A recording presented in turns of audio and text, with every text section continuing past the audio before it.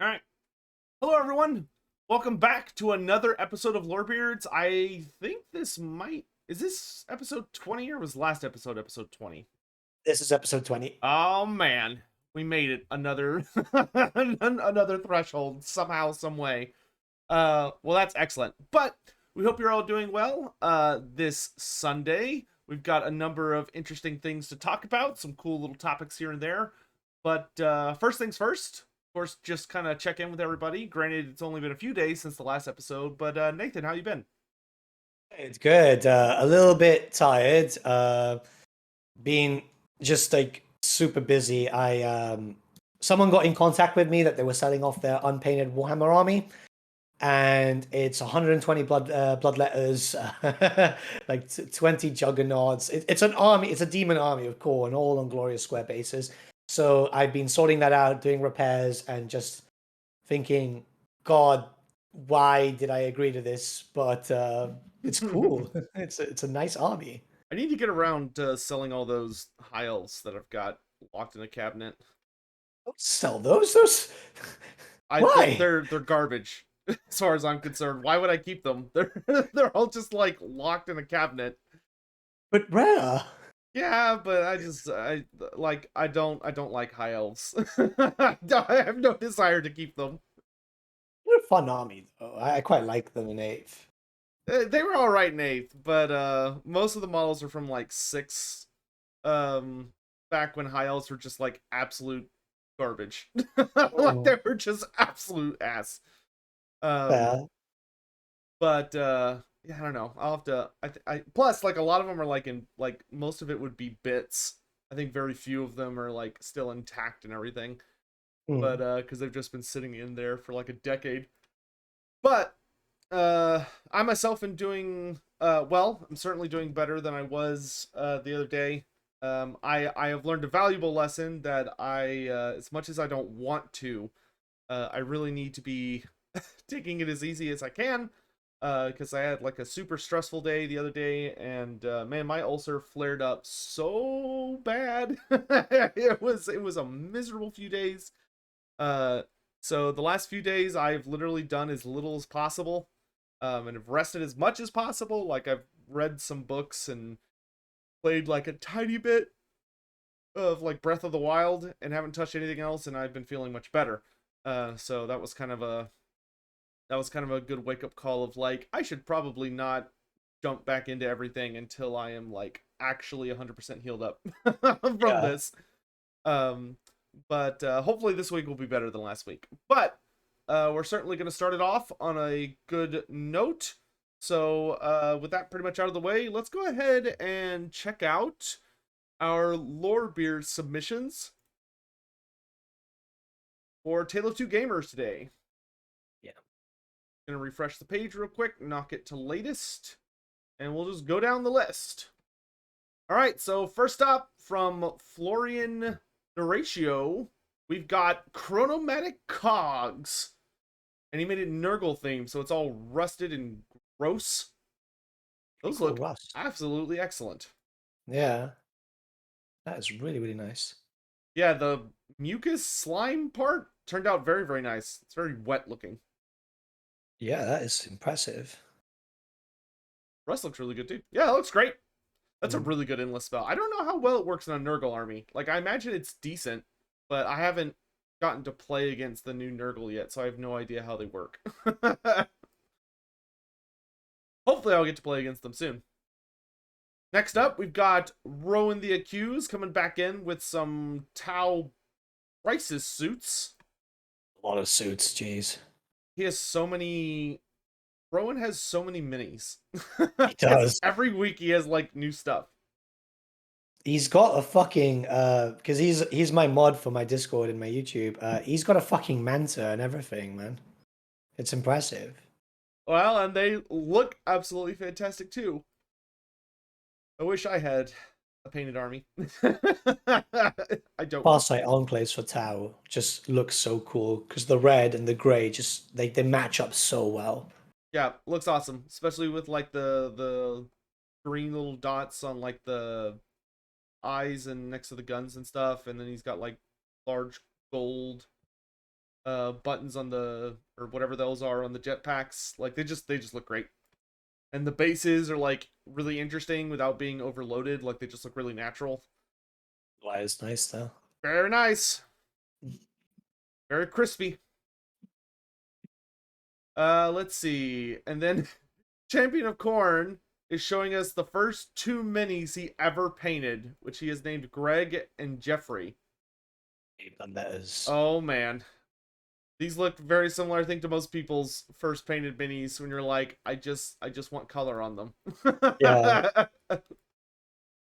I don't know if I still have my first minis. I'd have to go look. I know they're hideous, but I think I have them lurking around somewhere. The first minis I ever painted was 10 5th edition Lizardman Saurus, back when they were like really different looking, and like the main Lizardman color was green.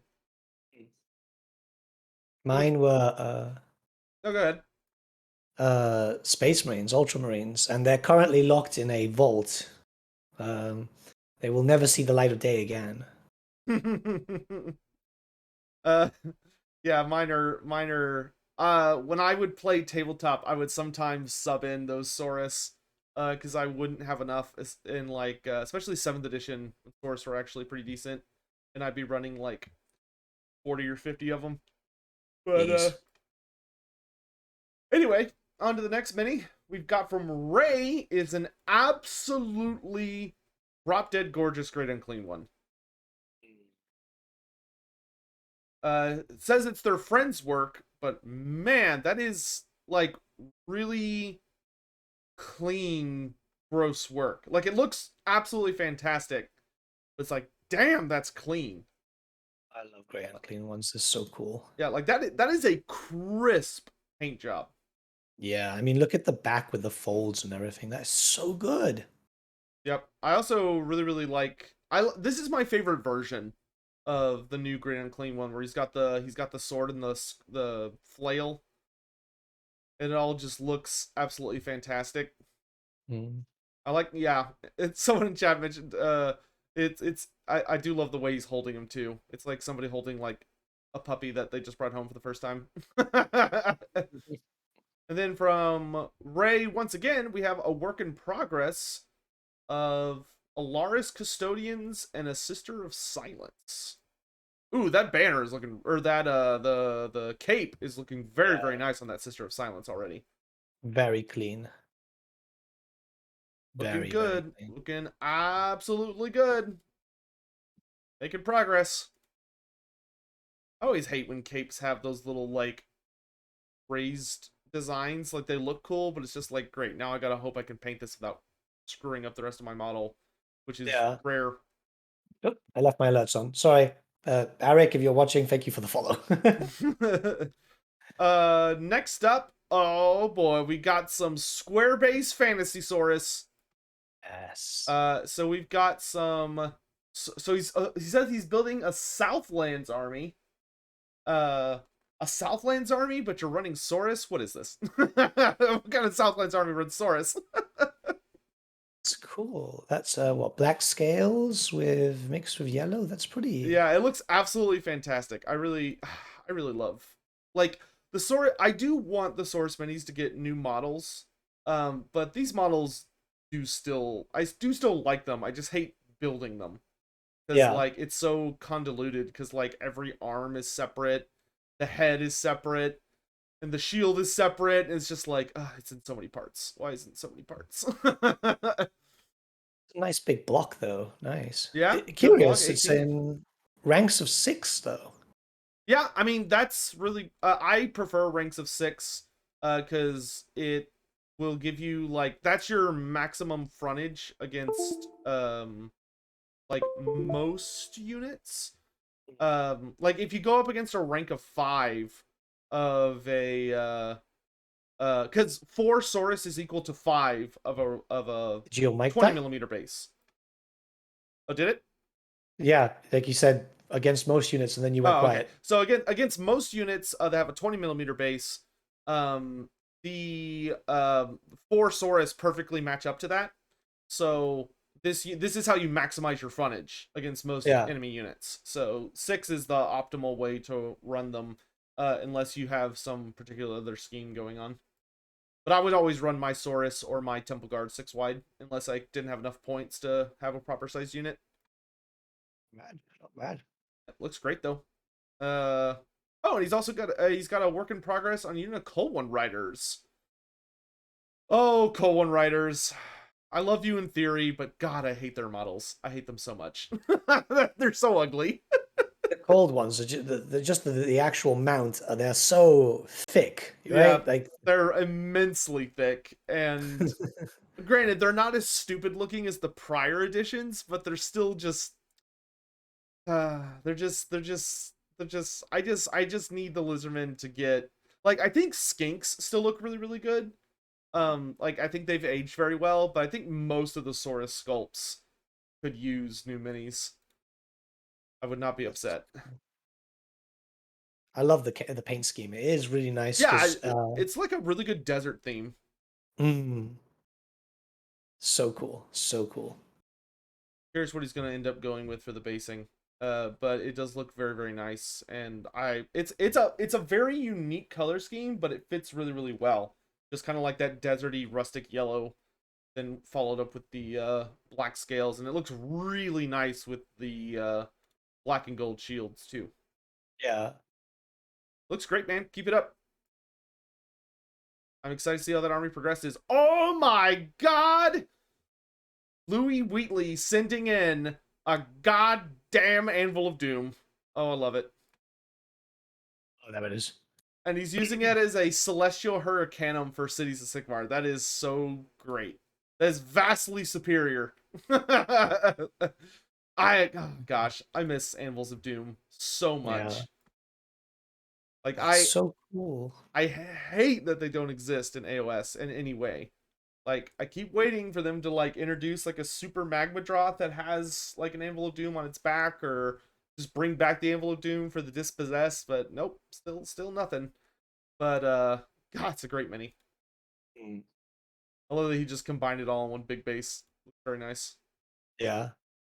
Back back before they invented the portable Anvil of Doom for Total War. And then from Florian Horatio again, we've got some endless spells. So we've got we've got 2 of the Gloom Spite gets endless spells. We've got their Bad Moon endless spell and the Scuttle Cauldron, which the Scuttle Cauldron always makes me profoundly uncomfortable. Yeah. I don't like inanimate objects with spider legs. I don't know what it is. I'm just not a fan. It's just I don't want them to be. I love that he uses the Goblin Green base color. Yeah. It's classic, isn't it? The true OG color that still works so nicely for goblins. I actually don't know what the Bad Moon endless spell does now that I think about it. Like, I've never seen it used. I've seen the other 2, the Scuttle Tide and the Cauldron. Because the Cauldron I think is just a buff spell for the wizards. But it's a really good buff spell. Like, I actually really like that one, because I think it's like, if it's on the battlefield next to your wizard knows all the spells from their particular lore of magic. Instead of just like the one they would normally know. It looks great. Yeah, it's awesome. I use these as terrain mostly because they just fit so well with themed maps. Yep, and then we got a last second entry by OK. You'll have to scroll back up to the top, of Orphean Catacross. And God, it's great paint job, but it's like, man, it's such a busy model. Like, I love it, but like, man, when GW starts releasing fucking dioramas as character models. Oh, it looks so good though. The shield in particular turned out really nice. I love the edge highlighting on the shield. And he also put in a lot of unique terrain, I think. I don't remember some of this terrain on his mini, but maybe it's just that the grass aspects are throwing me off, but it looks really nice. Like, it's got more of a like natural feel to it, because it's got that like felt grass and little rocks and stuff all over the place. Yeah.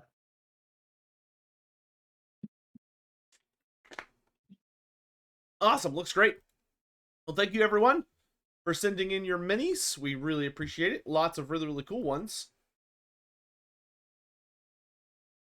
That will be it for Tale of Two Gamers today. I would say, what should people be thinking about for next week if they got a pile to pull from? Oh, we said War Beasts, so let's just keep Orbits, yeah. let's just keep that for next week. That way everyone has a full week on it. So War Beasts, creatures, is a focus if you need a focus, but that is all good. So, with that out of the way, just a couple of little things before we get into some of the bigger subjects for today.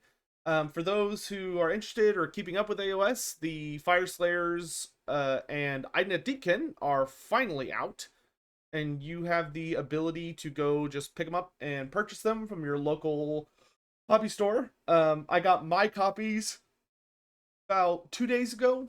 I've had time to sit down and read some of the lore. I haven't been able to read every single page, and I've read a lot of the war scrolls and stuff.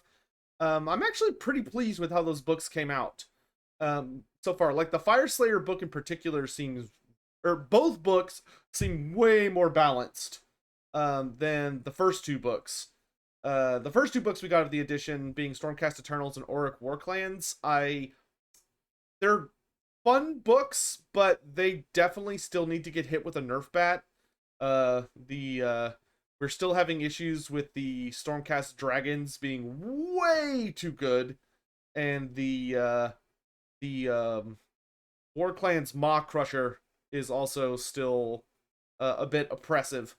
But the newer books being the Maggotkin of Nurgle, which came out I think 2 or 3 months back now, and then Fire Slayers and Eidendeath seem to be in a really good place. Though I'm sure someone will find some crazy way to exploit some stuff, but I'm having hopes that third edition is settling into being a balanced edition instead of being like a complete clusterfuck. um, right now, it's definitely still a little struggling when it comes to like Cities of Sigmar and um, Stormcast. They're a little overtuned at the moment, but hopefully that'll get addressed here some point in the future. But the new books are super fun. The only thing that I was really disappointed with the Fire Slayer book is that Gotrek isn't mentioned at all in it, which made me really sad. Because I keep wanting Gotrek to be the god of fire, but it seems like they're not going that direction. There is a lot of hints that Grimnir is apparently, like, supposedly getting close to resurrecting. Um, and there is also some really interesting mentions of the Grugni, of course, being back, the god of metal, has tried to unify all of the Dwarden into a single faction, which is something that we've talked about in the past of thinking that was going to happen. But turns out that they, a lot of the Fire Slayers were like, nah. Like, no, thank you. We do not want to be combined with those other nerds. So there's kind of an interesting dynamic going on right now of Grugni being back, and a lot of the Dwarden just don't really seem to know how to feel about it. But I am excited to see where the future is going to go, and the Idneth Deepkin book is also very interesting, and I haven't had time to really dive into it too much yet, other than looking at the War Scrolls, because I got my ass kicked by an Idneth Deepkin player at the last tournament I was at. And I was like, all right, I gotta know if the same bullshit that was done to me at the tournament can happen to me again. And the answer is no. I cannot be bullshitted as hard as I was bullshitted at that last tournament, where they were running an entire fucking army with 2-up freaking armor saves, which was just bullshit. It was bullshit. But thankfully, they cannot do that nearly as easy anymore. But I am really interested to see where they're going with all of that, and we are getting a lot of hints of some major narrative events where they've got like the Idneth Deepkin have some super souls, what they're called the Sithai, which may be returning at some point in the near future. They're currently regenerating, and then there's a lot of hints in the Fire Slayer lore about not only that it seems like Grimnir is getting close to resurrecting, but ever since the big life storm that Alario unleashed on the world, there is mention that underneath so the Fire Slayer's like capital, like their big super city, it's called Vostargi Mount. And this volcano, supposedly something super duper big and terrifying has woken up underneath it and is moving around, and the Fire Slayers don't know what it is. And I really hope that has something to do with resurrected Grimnir, and it ends up being like a Magmadroth on cocaine or resurrected Volcatrix, and then we get a giant or we get like a dwarf character riding a giant ancestral terrifying monster creature as the god of fire, and I can finally enjoy having a super mini, which is going to be great because not having a god of fire bothers me. I dislike it. I want a god of fire. But anyway, outside of that, the last few little bits about AOS is that Games Workshop seems to have sorted their printing issues when it comes to books, because they're moving much faster all of a sudden on new information. And that includes, well, outside of stuff like the entire Tyranid book leaking online, which I'm sure Games Workshop is just thrilled about.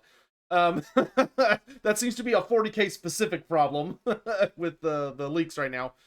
It's so common. I think it's them at this point, because it happened with the Tau book previously. It happened with the Eldari book. It's like, look, just like put it out there and don't say it's a leak, you know, because at this point it looks too convenient that it's happening all the time. That or a playtester's gone rogue, which is very possible. Yeah, I think it's playtesters only because the Tyranid thing is literally just the entire book. Like I could never see the Tau. Yeah, The like Tau thing happened exactly the same. yeah, I could and like the Tyranid book's not even up for pre-order for like another couple of weeks.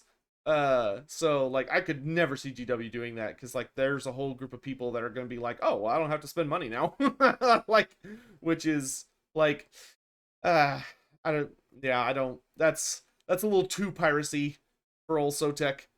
But outside of that, there is some interesting stuff going on in AOS right now, due to something we got called a battle scroll, which for us battle scrolls are kind of like rules updates for like the entire game.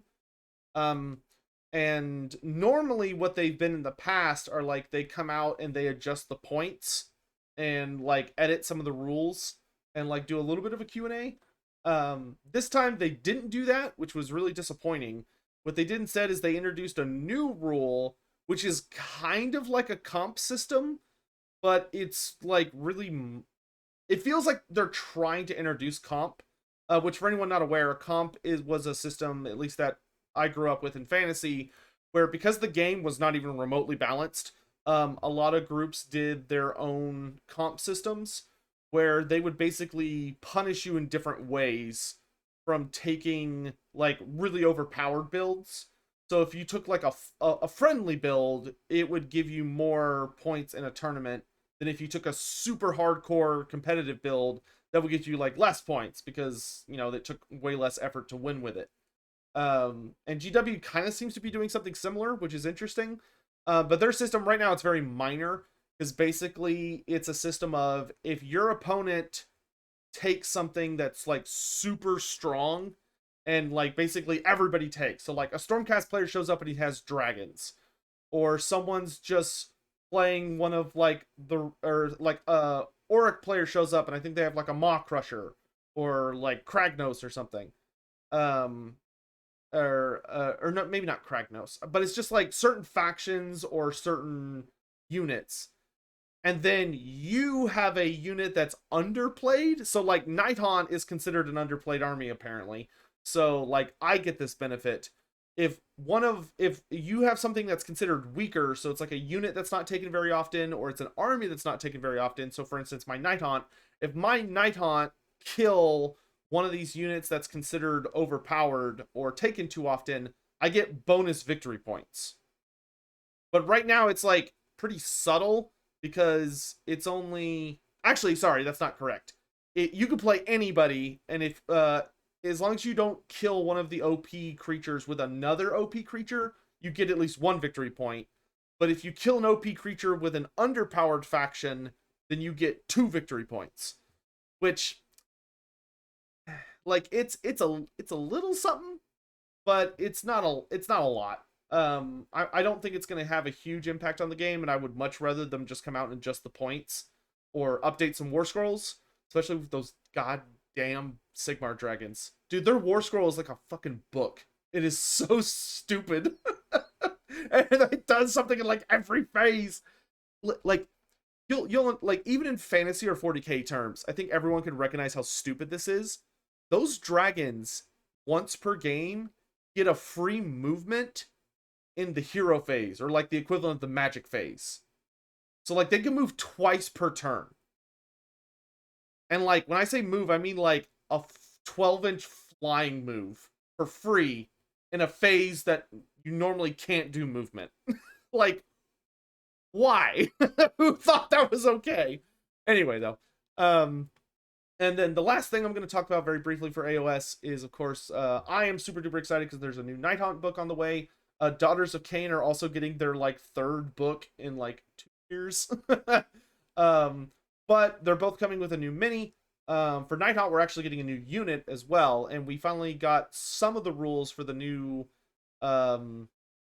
character who I like to think is a player insert, which is the book character, the book ghost, and I'll pull him up here on my screen. But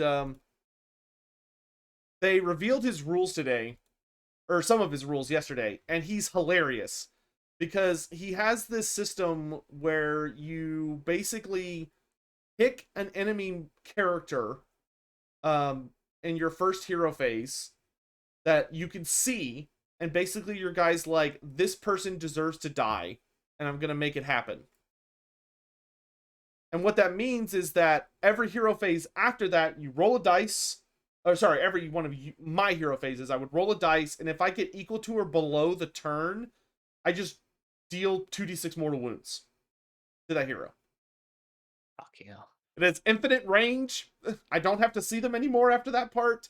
Now, the thing is that if that hero dies, I have to wait until my next hero phase to pick a new character, and then the hero phase after that to start rolling again.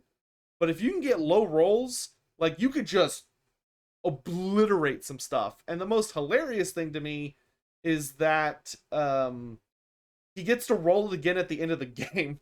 So there's a very explicit rule where he's like, okay, he rolls at the start of your hero phase, and it's like, okay, it's turn 2, I roll a dice. If I get a 2 or a 1, I deal 2d6 mortal wounds, but a 3 up, I don't. Turn 3, I need a 3 or less. Turn 4, I need a 4 or less. Turn 5, I need a 5 or less. But then when the game ends, just as like a final fuck you, which I find hilarious, he gets to roll when the game ends. So when both players are like, okay, that's the end of the game, I go, not yet. I might get to kill your character just to be like, get out of here. Which I think that's just hilarious. I love that. Fuck, balance this. Well, it's the sad thing is that like Nighthaunts need it to kill things like Archaon or Maw Crushers or Kragnos. Like, we can't kill those things without something this absurd. But if he dies, then the ability immediately goes away, and he's a Nighthaunt character, so odds are he'll be very easy to snipe. Because shooting in this game is like super broken right now. Can't you just like hide him behind terrain and just like... Well, you could, except a lot of units in the game that are shooting units, do not, need line of sight to shoot. So, like, Lumineth Realm Lords don't need line of sight and have like a 36-inch range and mortal wound on 6s to hit.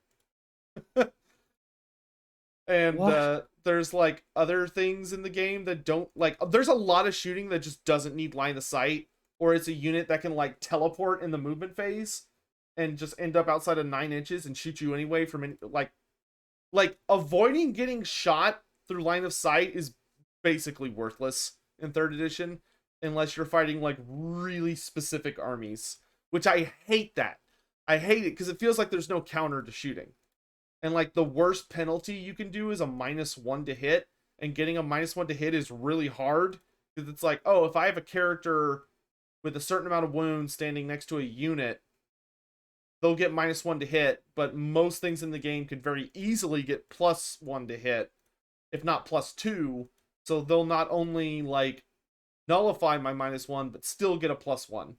And it's bullshit. It's terrible. Like I honestly think shooting is the absolute worst thing in the game right now. But anyway, and you could see it. Like you go to a tournament and like a ton of the top tables are just like shooty spam. Which to me Yeah, says there's a problem. Mm. Like there's no very few armies are balanced. Like they're either like pure melee or pure range, and there's very little overlap. But anyway, so that's AOS right now.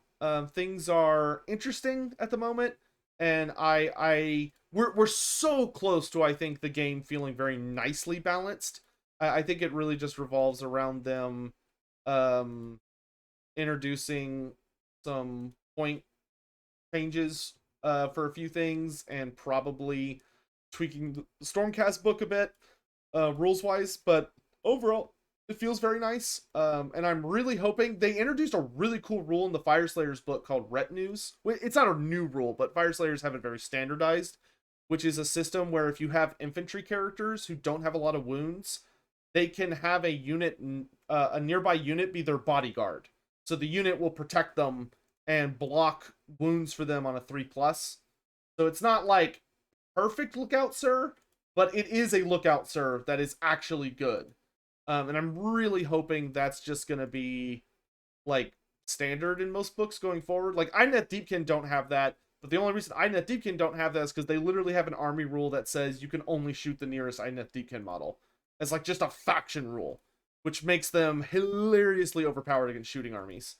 Which is why Inet Deepkin like look at the shooting meta and they're like, "Ha, that's cute," because they're like, I'll just put my character that's basically invincible in front because you have to shoot them."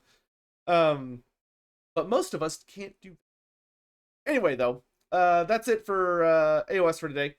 So we are on to the patch. So everyone rejoice, because after copious amounts of bitching everywhere, we finally have an announcement of a very major patch that's not just about stability, but actually addressing a lot of the problems in the game. I'm going to pull mine up on screen here. So we have the first major patch for Total War Warhammer 3, which is patch 1.1. And we're going to talk about it today. It's going to eat up a lot of today. So Nathan, why don't you kind of take us in on how you want to tackle this? First up, and this is just me nitpicking, I really hate them calling us commanders now when it goes with this. It just feels like a mobile game. Commanders? Like, yeah, good day, commanders. It's like, no. It's just a little cringe. But I would never have noticed if you didn't say that, because I just don't read the forward. Like I always just skip down to where there's like the actual notes. It's just one of those things that I find like grating. Whatever, it's fine. I mean, it's, you got to remember, I think they like, we're literally, this is the new PR team that like just started. Yeah. So they're just trying new things. Let me just pop out the chat. Commander. All right, so we're just gonna kind of work our way down the list instead of just talking randomly about it. That way we stay a little bit organized. So in the forward, they basically just come right out and say that there's no news on Immortal Empires or Bloodpack yet, and they will have news once they're ready to talk about it, which is expected and fine. And they also kind of basically mean that they also do kind of mention that because they're focused right now more on getting the water out of the boat, so to speak, those things have maybe been just delayed a little bit. But I don't think that's a huge issue. I think getting out these patch notes is this patch is far more important than either the Blood Pack or Immortal Empires right now. My 2 cents here is they shouldn't have mentioned it, because it just caused a little bit more problems, because people started complaining. Like, just don't mention Immortal Empires, don't mention Blood Pack, don't mention anything. Well, just go straight in. I mean, yeah, it's a lose-lose. I mean, like, if they hadn't mentioned it, there was going to be a loud audience that's going to be like, well, why didn't you talk about it? And then they do mention there's going to be a large people that says, well, that's not the news I wanted to hear. I honestly Yeah. do think it's better to be transparent and just address it and be like, hey, they're not in this patch, and like we'll let you know when they're ready. I think that's fine. Yeah. 1 second, I forgot to put my display capture back on. There we All right, go. you want to take us to the next point, Realm of Chaos? Yeah, so they're introducing a few fixes to Realms of Chaos. Some of them are decent. The thing is, like, when it comes to it, look, they're reducing the strength of the negative realm traits by 50%, well, roughly, which is pretty good. Demon legendary lords will no longer be burdened by negative effects of their patron god. Should have been there since vanilla. I actually kind of liked that one. To me that didn't feel like a necessary change, just because I could all because gods are dicks. but I can understand why people felt that way. But that one almost kind of surprised me because it's like, I guess, but like I didn't really see an issue with it. It just makes no sense if like your Korgath who is favored by Nurgle and you're getting negative traits because you're your daddy's favorite boy, you know? I guess, but like I don't know. The gods are always capricious and like their favors changing. I could see them being like, you're here to literally kill my gardener. Like, not cool with that. Who's gonna tend to my garden, Kugoth? But anyway, continue on.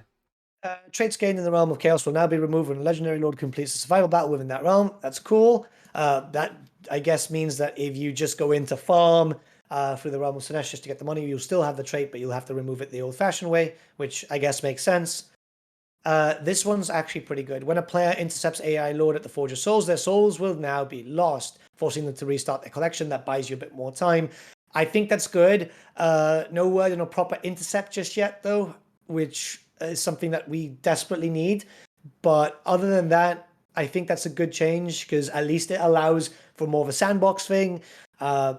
Still would have preferred a toggle, but I'll take what I can get at this Well, point. yeah, that basically makes it like the Vortex campaign in the sense that you can easily just ignore the Souls race now, and then when like a faction's about to do the final battle, just show up, beat them, and they literally have to start all over. Yeah, but you still need without a proper intercept mechanic, it's going to be a bit of a strange thing because they can just sneak through still.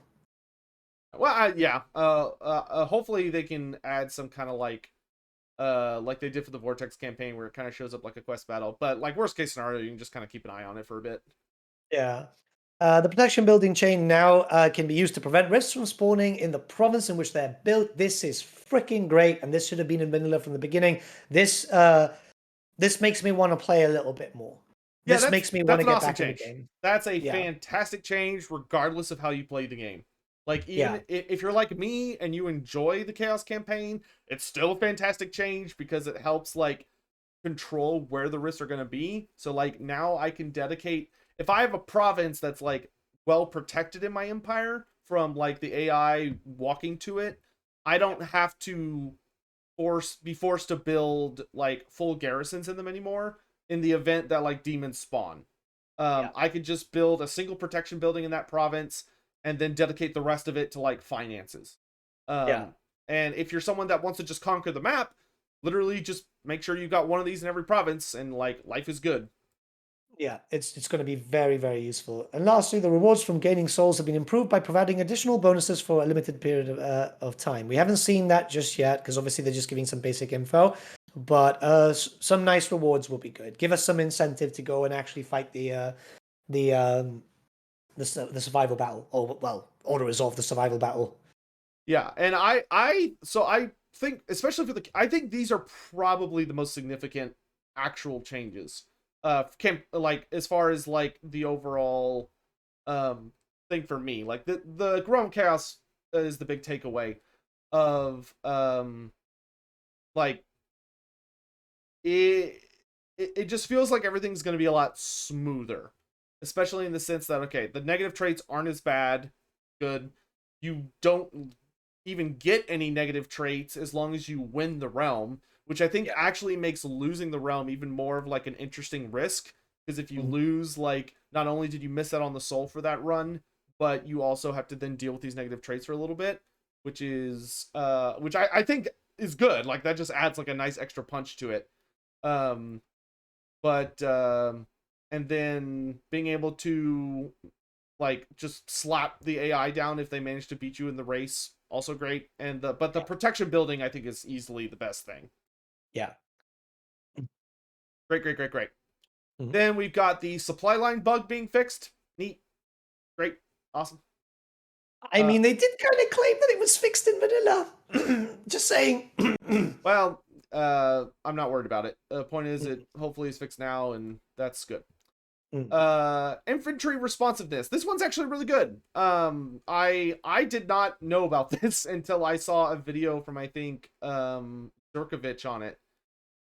Which is that the Warhammer 3 base build has kind of a weird thing where when when you like click on a unit and you tell them to do something, especially like turn around, the unit would take way longer to do it in Warhammer 3 than it would in the prior two games. Because for some reason, like there's like if you play the game right now, there's like a weird delay whenever you tell a unit to do anything, which is Yeah. why a lot of people are getting that weird feeling of like clicking on a unit and telling them to flee from combat, and then they just kind of don't. And you're like, what is happening? Or you're like spamming the click to actually get them to flee. The reason that's happening is because for whatever reason, um, the units in Warhammer 3 have a delayed response time. So like if you click on an order, there's like an almost full second before they'll start doing it, and they also tend to like trickle as opposed to the entire unit being like immediately follows the order and moves together. Yeah. Right now it's more of a like delay and then they kind of like move in a wave. So I think fixing it to where it's like the Warhammer 2 level is much preferred. Like I don't know if that was intentional for like a particular feel or if it just kind of like was something that was in there and just sort of slipped through. But I definitely think having it consistent with the prior two games and what we've gotten used to is the right decision. And then last is well not last, but next is factions for this is I think this is more like multiplayer than anything, but of course it probably will have a little bit of an impact on single player. Um Yeah. but we don't have any like specific info in this. They're basically just saying like ogres are getting debuffed, Cathay is getting buffed, Kislev is getting slightly buffed, Nurgle is getting slightly buffed, and then Slanesh and Khorne aren't going to do anything yet.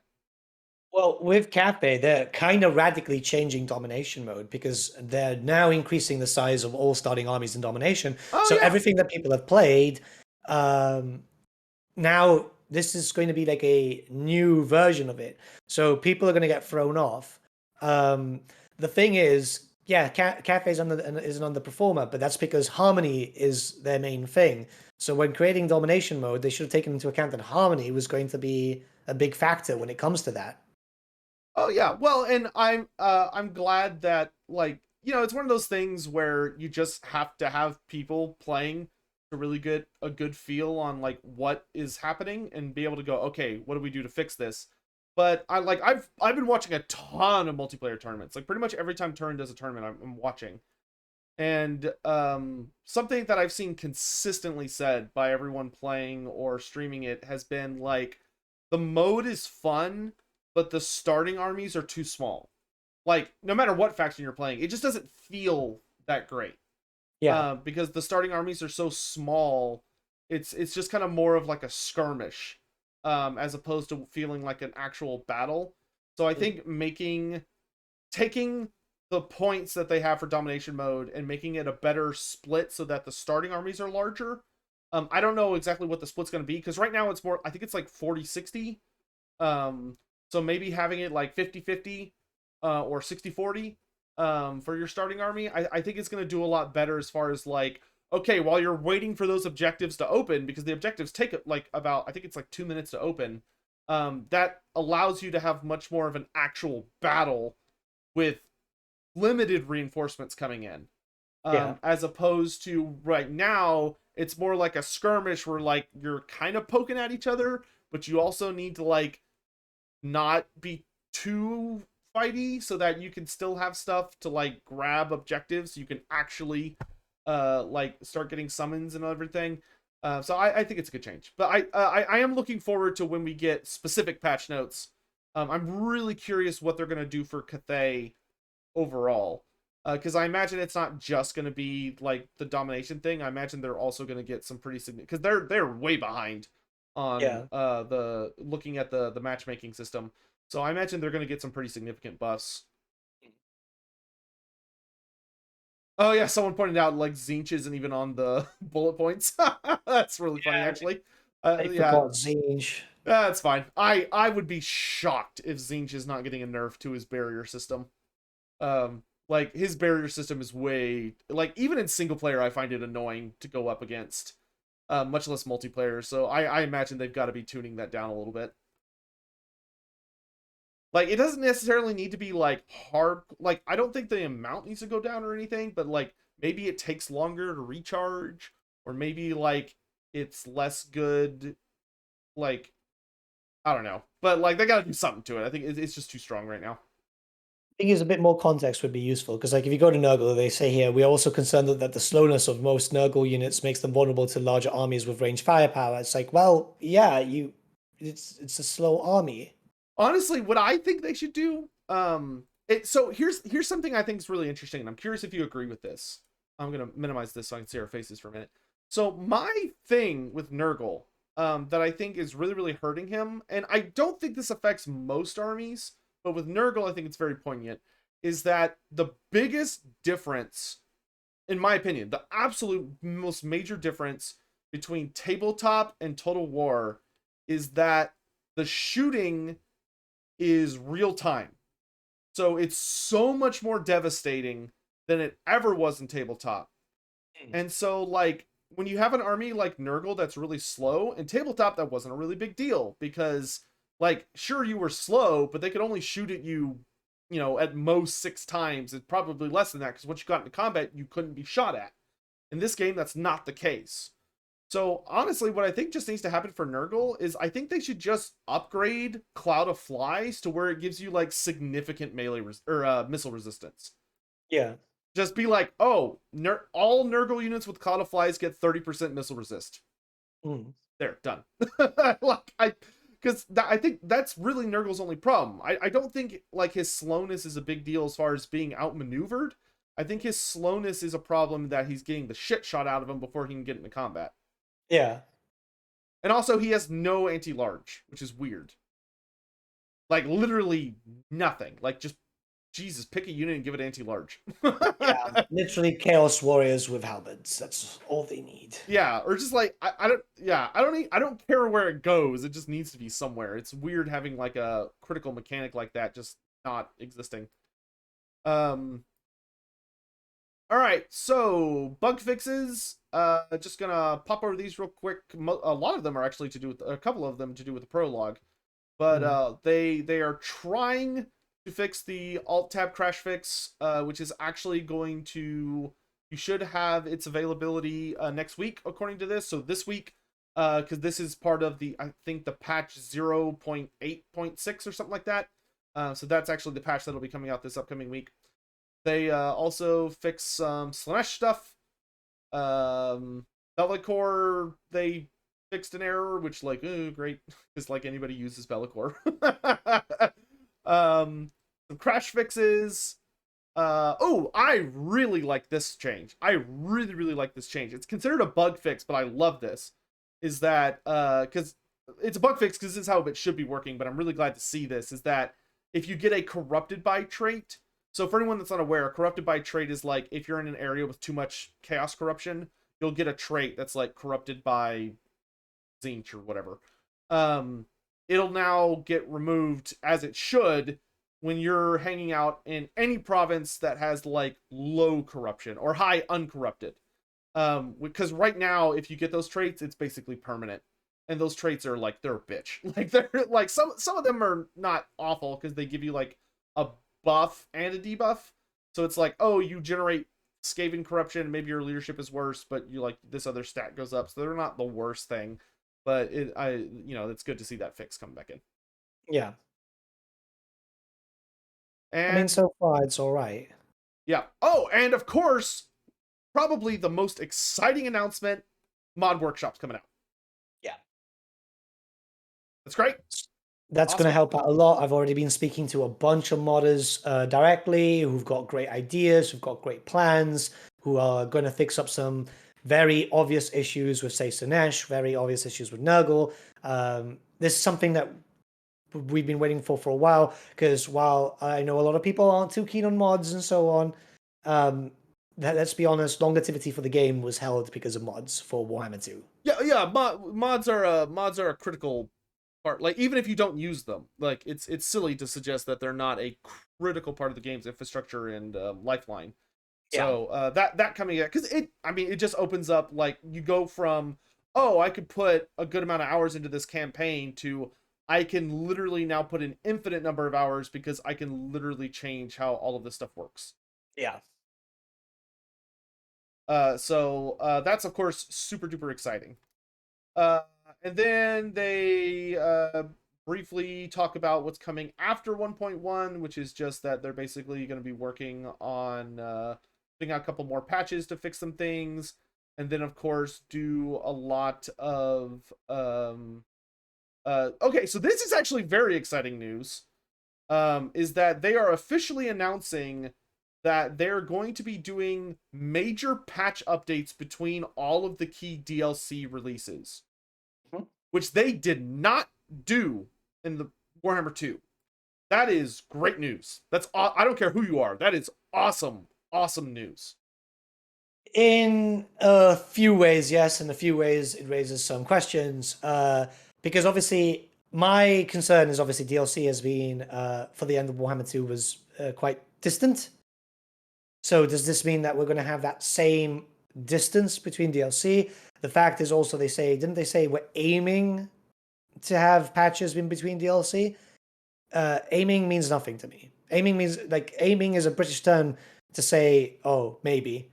So, like, I'm aiming to quit smoking. I'm aiming to do this. I need confirmation. Aiming means nothing. It's a British term. It means nothing.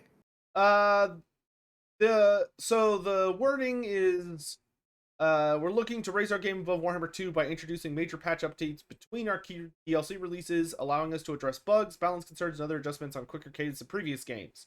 All of this is aimed at establishing a more reliable cadence of releases once we've established a strong foundation for the game in its future. Mm-hmm. I Um, don't know. well, to me, it doesn't really matter. Like, if they come out and they're like, hey, there's going to be a balance patch between DLC 1 and 2 because they're like 2-3 months apart, so we're gonna slide a balance patch in there. But between DLC 2 and 3, there won't be one because there's like not enough time to fit a balance patch. Okay, grind. What do I care? It's Yeah. fine. As Like long as everything comes out in a quick manner, because the problem is that sometimes DLC does come out and break some other stuff, and it's just it can get a little frustrating. That's all I'm saying. well, it's just the nature of like the size of the damn thing. Mm. Be a lot easier if the game was a lot smaller. Yeah. But I am excited that they're at least talking about it as like a viable option that is planned to be happening, because in Warhammer 2 it wasn't even like, oh, we might put out a patch. It was, no, patches come out with content updates, which was a horrible system. I hated it Yeah. because Yeah. it made those long gaps really bad, because not only were we like, oh, where's the next content thing, which is whatever, but it meant that when there was like a really problematic bug or something, it just wouldn't get fixed.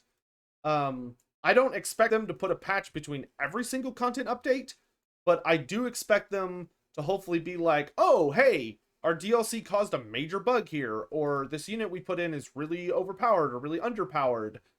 Here's a patch. And that's great. That's awesome, because it practically was like a company policy during Warhammer 2: do not update the game outside of major releases, and I think that really hurt the game. Not like awfully, but it could be like just like, ugh, sometimes, where you just have to be like, all right, there's this thing you just can't do or can't use until the next DLC comes out in 6 months. Yeah. Yeah. Um, all right, and then beyond that, they talk a little bit about the roadmap, and say that, hey, it'll get here when it gets here. Especially because they're kind of more in reaction time at the moment, trying to get Warhammer 3 to be in a good place. And then that's pretty much it. Yeah. I mean, it all sounds quite exciting and so on.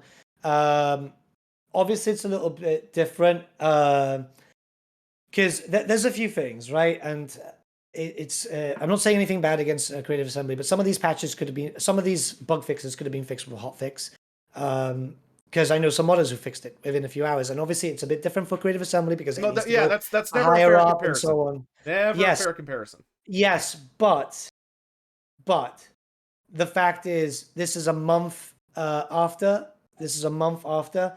We're not going to get this patch until what did they say in the last blog? Like early April. That's a month and a half. That's a long time, man. That's a long time. And my concern is literally just that. It is a long distance. Like, it's just. I'm not bothered by it. Like I don't know. For me at least, like in terms of like game development, especially with like a pretty substantial amount of fixes, which this has in it, and we don't know what all's in the patch. Like these are literally just large bullet points. There's going to be a significant increase in what's in it once we get the actual nitty gritty notes. Yeah. Like to me, it if anything, it feels fast. Yeah. For the site. Now, I'm not disagreeing in the sense that like if they wanted to do like a small hot fix, maybe they could have got some of this out like earlier. But I don't have an issue with our current timetable. No, it's just a month and a half is a long time for me, at least, and I just feel it because maybe, and this is just me thinking of it, maybe it's just we're getting reaction now and information now, which is great. Don't get me wrong, but why did we have to all get angry and post in the forums and post in the Reddits to get a reaction? I don't think we needed to. Like I don't actually think that's what led to this. Like I think it's just a matter of they trying to get sorted and get into a position where they go, okay, this is what we're going to be doing and this is our plan to go forward, and got that to us when they were ready to talk about it. I honestly do not think that CA ever makes like a brand move due to outrage. Like I think like constructive posts and like pointing out like, hey, this is a problem, like people do on Reddit and the forums and stuff, that definitely helps them be like, okay, we need to focus here. But I don't think like the idea of being like, like, slamming on keyboard, I don't think that ever does anything. I mean, it's proven to do stuff because if we look at the Sisters of Silence, what? The Silence and Fury. No, wait, no, fuck me. Sisters of Twilight. Sisters of Twilight. Why was I thinking of those things, right? Like that only got fixed because the community got loud. If not, Creative Assembly would have just been, oh, that's done. Let's shelve it, and that's it. Yeah, but I think there's a notable difference, I think, between what's going on these days and like being loud. Of that, I feel I feel that things lately have been very hostile in a lot of places, almost to kind of a grotesque extent. And it's like I don't think that helps at all, especially like I mean, if you want to get like honestly, my opinion, like to be frank, I think the reason the Sister in the Twilight, or the Twilight and the Twisted in the Twilight, that's what it is, got fixed like as fast as it did, and is literally because like YouTubers like Mandalore make videos on it and go, hey, this is a problem, fix these problems, and literally those are the problems that got fixed. I don't think it was people like ranting and raving on the forums. I think it's literally content creators being like, hey, this is a problem, you should do this instead, and CA going, oh yeah, we could probably do that. Well, the issue is that you say that, yeah, and yeah, that's fine. You get a big YouTuber like Mandalore, and he complains, and then and all that. There's issues that highlighted prior, and that was like for example, Legends talked about it, and so I was like, well, this is an issue I highlighted in early access. Nothing. It's becoming more vocal now because obviously a lot of people are just saying, well, this doesn't work, this doesn't work, this doesn't work. It's just a thing that's just it's happening a lot, and it's just kind of tiring, man. Like I just want things to get fixed up as soon as possible. And obviously, yes, I know this does take time, but you've seen the player numbers, man. You've seen the player numbers. Well, yeah, I have, but I mean, I just don't think that's something worth worrying about right now. Um, like maybe when like this is just kind of one of those games that has to build steam. It's never been their strong suit to release something that like hits the ground running and like makes like a really good, ascension up. Usually we hit the ground and there's like a spike right at the beginning because everyone's super excited, and then it's basically nobody except the hardcore people, and then the Yeah, game builds up steam progressively, and we're that's just how it goes. And yeah, no, I no, think expecting anything but that, you're just screwing yourself. Like I think that's just ridiculous expectations at this point. fair, fair. But like, say for example, look, and I say this out of love for Creative Assembly and so on because I think they're good people and all that, and the games. If I didn't like them, I wouldn't be covering them. Every Total War game launches like crap, and I think that it shouldn't happen, right? And a lot of people will use like the whole thing about, oh yeah, the pandemic and so on, which could have been a factor. But for loads of other Total War games that were pre-pandemic, it's happened the same thing. Is this not the point where games should be like tested enough to make sure that these things aren't happening?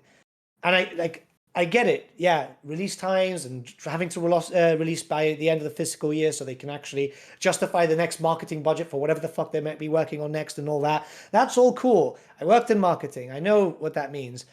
But I'm just kind of tired of shitty releases, man. I am. I am Well, tired of shitty I releases. mean, my counter to that would be we would if you would want perfect releases, we would have to let them have the time and to make perfect releases, which they just don't. Creative Assembly reaches a major game literally every year. Like, Maybe that should stop. well, maybe it should, but like that's kind of just I just don't really see that as something that like is even I don't even know if that's within their control at a certain extent. Like when you think about like how Sega mixes into everything and how like whatever their internal structure is and who's calling the shots on stuff, like that's such a high reaching up there thing Yeah. that it to me it's just it's kind of one of those things where it's like if it really bothers you to such an extent, like I feel like at that point you're kind of needing to be more in an area of like, okay, I'm just not gonna touch these games when they come out and check them out like 6 months later. Which is I mean that's a valid thing to do. I mean that there's a lot of gaming companies that do that. There are plenty of games like it's not like Creative like it is far more rare right now for a game studio to release a game that is great at launch than it the other way. Like the vast majority of games are not great at That's launch. and that's a fucking flawed system. Yes, again, we can take the pandemic into account and all that because yes, I work Well, in yeah, but healthcare. I've that's an seen that shit. industry problem. That's not a CA problem. That's an Yeah, industry yeah, yeah. wide problem. And that's the issue because people seem to allow it. That's why we had that issue with Cyberpunk. That's why we have the issue with pretty much anything else that drops. And it becomes a massive issue. But the fact of the matter is, you'd expect to be better. Like, people take time off to play these games because they're excited. They've got loads of people hyping them up and so on. I took fucking time off from my fucking job. I took a sabbatical so I could do. Like my videos and stuff like that. That's unfucking paid leave, man. That's unfucking paid leave. And I thought things were going to go well, and then shit goes down. Yeah, It I'm tires me, listen, I man. get that. I get that. But like we're, we're kind of in that thing where like it's a pattern and it's don't get me wrong, it's a shitty pattern, but like the only way that would change is you'd have to have a industry wide movement of consumers like not pre-ordering not buying games until they're like done, and a number of games are gonna die to make a point of people being like, I'm not gonna play this. But like, it's the thing is that like I understand your frustration, but like I feel that it's just kind of like it's an understandable thing to be frustrated about, but I also feel like, speaking as someone that has anxiety and just has to deal with, I think we both do, but like you know, you can't worry about things that you can't control, and this is just one of those things that you can't control. Because like someone like me, I'm totally fine with the way Total War Warhammer 3 came out. Like, launch day, I've had a blast. Today I'm still having a blast. I'm excited for these changes, but like I I I am not one of those people that looked at this and went, okay, I've played Total War Warhammer 3 and I like set aside a bunch of time for this and I'm super pissed that it's shit. Like, I would not have said that at all. I would have said, this is great. I'm loving this. This is fun. I'm still having a great time with it. But like, I can understand where you're coming from, but I also feel like, how do I say this? I feel like this is kind of in the ballpark of being like such a wishful thought that it's just like it's just out in the like past the moon and the stars. You know what I mean? I get that. I get that. But is it so hard for me to look at Creative Assembly, who are established as one of, if not the biggest game developer in the United Kingdom, and expect a decent release? Like I have some issues trying to go into the game and play. Like I can for my breakdown videos and so on, but like if I look at if I compare it to say Warhammer 2, where yes, the release was a bit crap, but I could really log in and I could chill and I could play and I could have my Skaven fuckery or play with my Dark Elves, and I felt that there was more to do. There's just so things like I don't know. Again, I am referencing the thing of the pandemic because yes, that was a real thing, but I feel like the game didn't get tested enough to warrant a release coming out. At least that's my thought, because there's loads of issues which a lot of people, a lot of Total War fans are looking at it going, what the fuck is this? No, I agree that the game could have used more time in the oven. I don't think that was a, unfortunately, I just don't think that was an option. As far as there are people who are, whoever calls the shots is not a developer. You know, it's not someone who's down there going, hey, Oh yeah. we got like this sheet of stuff we got to deal with, and like, and I think that's the most important thing to have about the discussion is there are higher ups Yeah. who are making god shit awful decisions.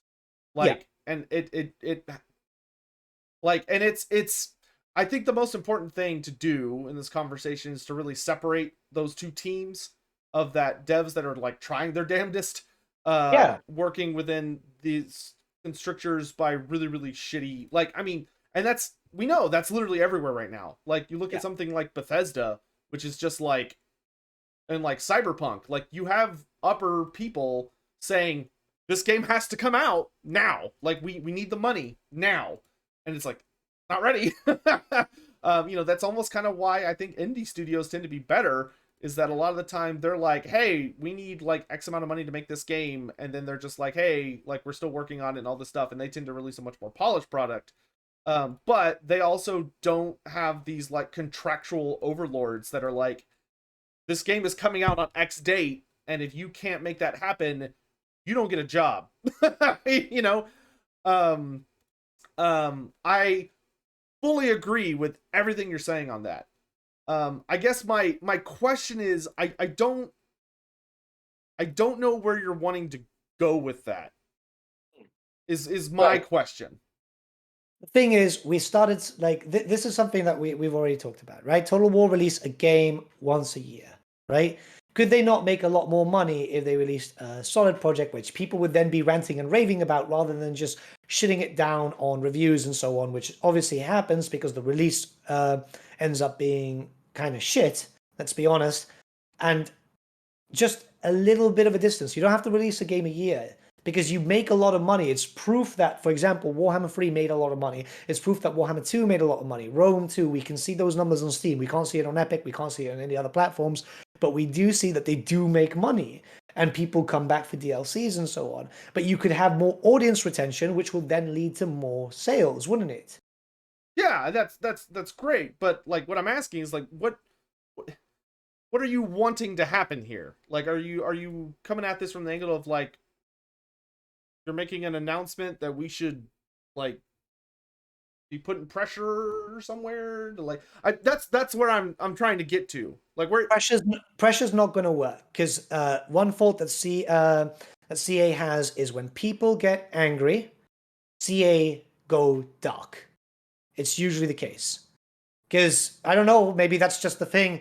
It happens with a lot of people with anxiety. Maybe everyone at CA has anxiety or something. But it does happen a lot. They go dark. And yes, they do start working on stuff and so on. But I'm just saying, something needs to change, man. A release a year is not going to work. What happens when a new historical game comes out? Let's just say Medieval 3 comes out next year or whatever. Is it going to be another dog shit release? Because that just makes me want to stop playing. And the problem is that I do love these games, right? I do love these games, but I want things to work. Is it so hard for me to say I want these games to work? Is it so hard for someone who's paid £60, which is a lot of money, especially with given this climate where everything is stupid expensive? Paying 60 quid is not going to be easy for a lot of average people at this point. Is it so hard to say, work? Just work. We just want the game to work. It doesn't matter if we have to wait. It just needs to work. I don't mind waiting. People will be very pissed off. Yes. Oh, yeah, we're delaying the game. Ignore those people, because then those are the same people who start bitching on the forum saying, oh, I can't believe they didn't delay. Because that's what they're always going to do. I completely understand what you're saying. I agree with the vast majority of what you're saying. But I also cannot help but feel that it's just kind of... I think it's an important point to just kind of like talk about when you can. But I also feel that A, we're definitely going in circles. And we are. And B, the only people that have the power in the only people who get to make this decision are these very high up people who never interact with the community. We don't know their names. We don't know who the fuck these people are. And they have all the power of deciding when this is going to happen. I totally agree and think it's great that every once in a while it's good to say, hey, CA, if you're listening, just as a reminder, like, take your time on releases, guys. But at the same time, like, I'm just thinking about earlier in our conversation, like, we literally have a conversation earlier where the messaging is, God, I really hope, like, there's not a whole bunch of time between DLCs, because that's so fucking miserable, which is completely opposite to what we're saying now. Like, No. The reason why I hope there's no big time between DLCs is because that meant, like, there was just issues all around. Because they can say a patch is, like, again, that's the whole thing. We're aiming to release a patch between DLC. Great. Aiming to me still means nothing until I see it happen. Because aiming is just, like I said, it's a typical British phrase. Well, okay, but like that's not really a fair thing, because like you're working on a hypothetical here, and like, like I get that's cool. That's kind of like a British thing, but like that's a I love you, but I feel like that's a meaningless like dart to throw at the board. No, because, like, remember when they started doing the announcements on the not the early access, but the footage and the blogs and all that for Warhammer 3, right? Oh, we're gonna see the ogres very soon, right? Oh no, the pre-order very, very soon. That's what they said, and that was like what, 4 months later. Fuck me, man, is that soon? You know what I mean? Like, something can be said and then be completely different, and that's what throws me off. It's like, oh, we're aiming for this. It's like, what? No, it's not the same thing.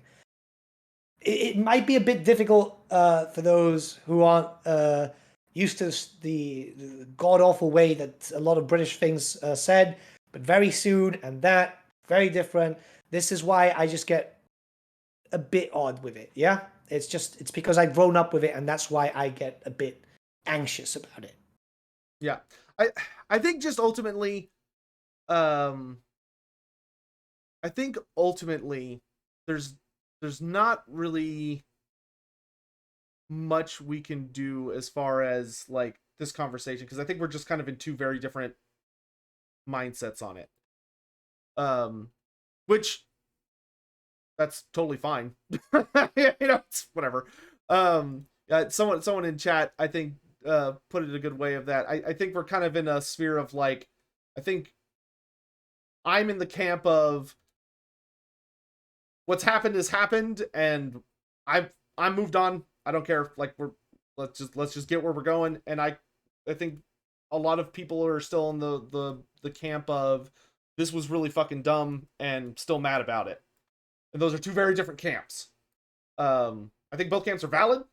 I think your feelings on the issue are extremely valid. But I don't think there's really anything we can value or like expand upon further as far as these points. And that I think you got a lot of great points, and it's kind of, it is what it is. And I mean, unless you got more to add, I think we might as well just kind of move on. Yeah, let's move on. All right. What is next? We've got, okay. This might actually be relevant. You're headlining on this. Wait, I need to, because I can't like go on the Discord. I need to sort out my third screen. Everything is broken at the moment. I've been moving around. The tables. Basically, I tried to redo my office, and the cat decided to swan dive off the ledge. Everything's been moved. I mean, I don't know why he started doing that, but Your cats worry me. he's very strange. He's very strange. Yeah. Okay. Cool. So there has been a talk about because this is something that's been coming up lately about a YouTubers union. Not a lot of talk has been happening. It's just been mentioned by a lot of creators and so on as as a way to establish better communication with CA and so on. And I don't know what they're trying to do with this type of stuff. I'll be very, very honest with you. The experience that I have with established unions down here in Gibraltar and so on makes me a little hesitant because they just don't work here. They don't work at all. But obviously, that's given Gibraltar itself. It could be a good way to establish communication with devs and all that. I think that the thing is, a lot of these content creators, and this is something that I see a lot nowadays, they just want the game to be good. They put a lot of time, their own time and effort into their channels, which pushes the game and all that. So that it's a very strange thing because, yeah, I'm seeing it here, like an informal union. Someone's just said that on the chat. I see that it could be done very, very well to establish communication with devs and all that, but I don't know what exactly that could do to fix things. I'm I'm gonna be honest. To me, it sounds very bizarre. Uh, like I I can understand a lot of the, so for anyone that's like not been kind of keeping up with events, and what's kind of led to this is that Warhammer 3 was in a really unique position, probably compared to anything else that we've done, where us content creators had access to the game very early, compared to prior releases. It was like a full month, if not more than that. Um, and because of that, we had the ability to basically be like pseudo beta testers, in the sense of there was literally a direct place where we could post feedback and like discuss it and try and get like some things in the game fixed or changed. And there has been a large amount of frustration especially from like Legend of Total War, who felt that even though we had this access, um, and were submitting feedback, like nothing happened. Well, which I don't know if I would say nothing happened, but a lot of the changes that like Legend, for instance, feels should have been made in light of the fact that we were essentially playtesting, uh, didn't. And once again, I can understand his frustrations, um, but I don't think that this union idea makes sense as a solution because I don't see how it would have changed literally anything. No, but we didn't get enough time to properly test anything anyway. Well, no, but we're not testers. Like, that's not our Yeah. job. We shouldn't be testing. Well, nothing there is our job generally. We're Yeah, just like CA, hopefully CA should be paying people who are beta testers because that is a job. That's not, that shouldn't be a hobby. That should be like a paid position at a company. but it's just become it's a strange thing. Like when it comes to because I see here someone saying use your collective power. If you all boycotted something, it would stop lots of advertising for them, and that's what unions do. Strike. That won't work. That won't work. We are replaceable. We are replaceable. We're We as replaceable, YouTubers. and I don't think like getting all the content creators to agree on like anything. No, that's not happening. Like I listen, I love y'all, chat. I love you, Nathan. But like, if someone came to me and they were like, "Hey, the Total War Warhammer 3 release was so bad that we're gonna boycott the next DLC. Are you in?" I would say no. That's ridiculous. Like, because I don't feel that way. I don't feel the release was that bad. Like, I can understand the frustrations with it, but I have greatly enjoyed the game and could continue to support it. Your mic died. But can you hear me now? Yeah. Yeah, I fucking hate this mouse. Like, I talk with push to talk, and this mouse is wireless, so like sometimes it just disconnects. But anyway, it's stupid. I need to replace it. But it's like I don't like the only way I could see a union, someone thinking that it would be worth the time, is the idea of using like the content creator like advertising slash bargaining power to try and like affect something. But it's like there's two problems. A, the vast majority of us are never going to agree on anything, and B, like, this is for a lot of us, like me, this is my job, and this is what I do to make money so I can eat and live, is I make content about stuff like this. And CA also pays a lot of content creators to just play the game who are not involved with any of us and are significantly larger than any of us, unlike Twitch and stuff. You think they give a fuck? No, of course they don't. Yeah. Like that, it's such a pointless, absolutely pointless idea. I do think that they could do something to keep the creators a bit more united. Because in all fairness, a lot of us creators should be a bit more united on fronts. Like especially when presenting bugs and so on, we should do it as a team because it is useful. Because obviously, whatever is happening in that beta team, a lot of stuff didn't really get tested too well. Obviously, again, I'm taking into account everything with the pandemic and all that Oh, because you never know. I'm sure if we knew what their beta situation was, it would not be impressive. Yeah, but but I will say to be fair, like beta testing is not easy, and Total War games are so fucking gigantic. I can't even imagine what a nightmare that is. like that's the thing. I would like to see. I don't know what some people may have planned and so on. I think that would be if it works. I mean, that's great. I'm I don't open know. to the idea. I just don't Yeah, understand how it would work. I will say though that a Maybe I'm lot just of other stupid. yeah, but I do see the point. Like a lot of creators would screw each other over for the purpose of getting ahead. Because I've seen this happen in more in different communities Yeah, and like so on. I'm not gonna name names, but I can easily think of a few that like if there, what are they called when there's a strike? A person that like goes behind the strike and like cuts the line or whatever. There's a word for them, but like there would be like a ton of those. I can't remember that word actually. Scab. Everyone's saying Oh it's yeah, a yeah. scab. There would be so many because of anything. It would just be like a like if anything, it would just make it more lucrative because you'd be the only content creator covering something like really exciting while the rest of them aren't doing it. Like, are you kidding? Like that would be, if anything, that would incentivize a lot of people. But I don't know. Yeah. It's something that obviously is a possible factor. I mean, I don't know too much about the Total War YouTubers because mainly the ones I speak to are my friends like yourself and so on, and we just chill. But like I follow drama going on around on like say for example the Warcraft community and all that because I mean it is just so ridiculous. You kind of just can't stop looking at it because it's like watching a car crash.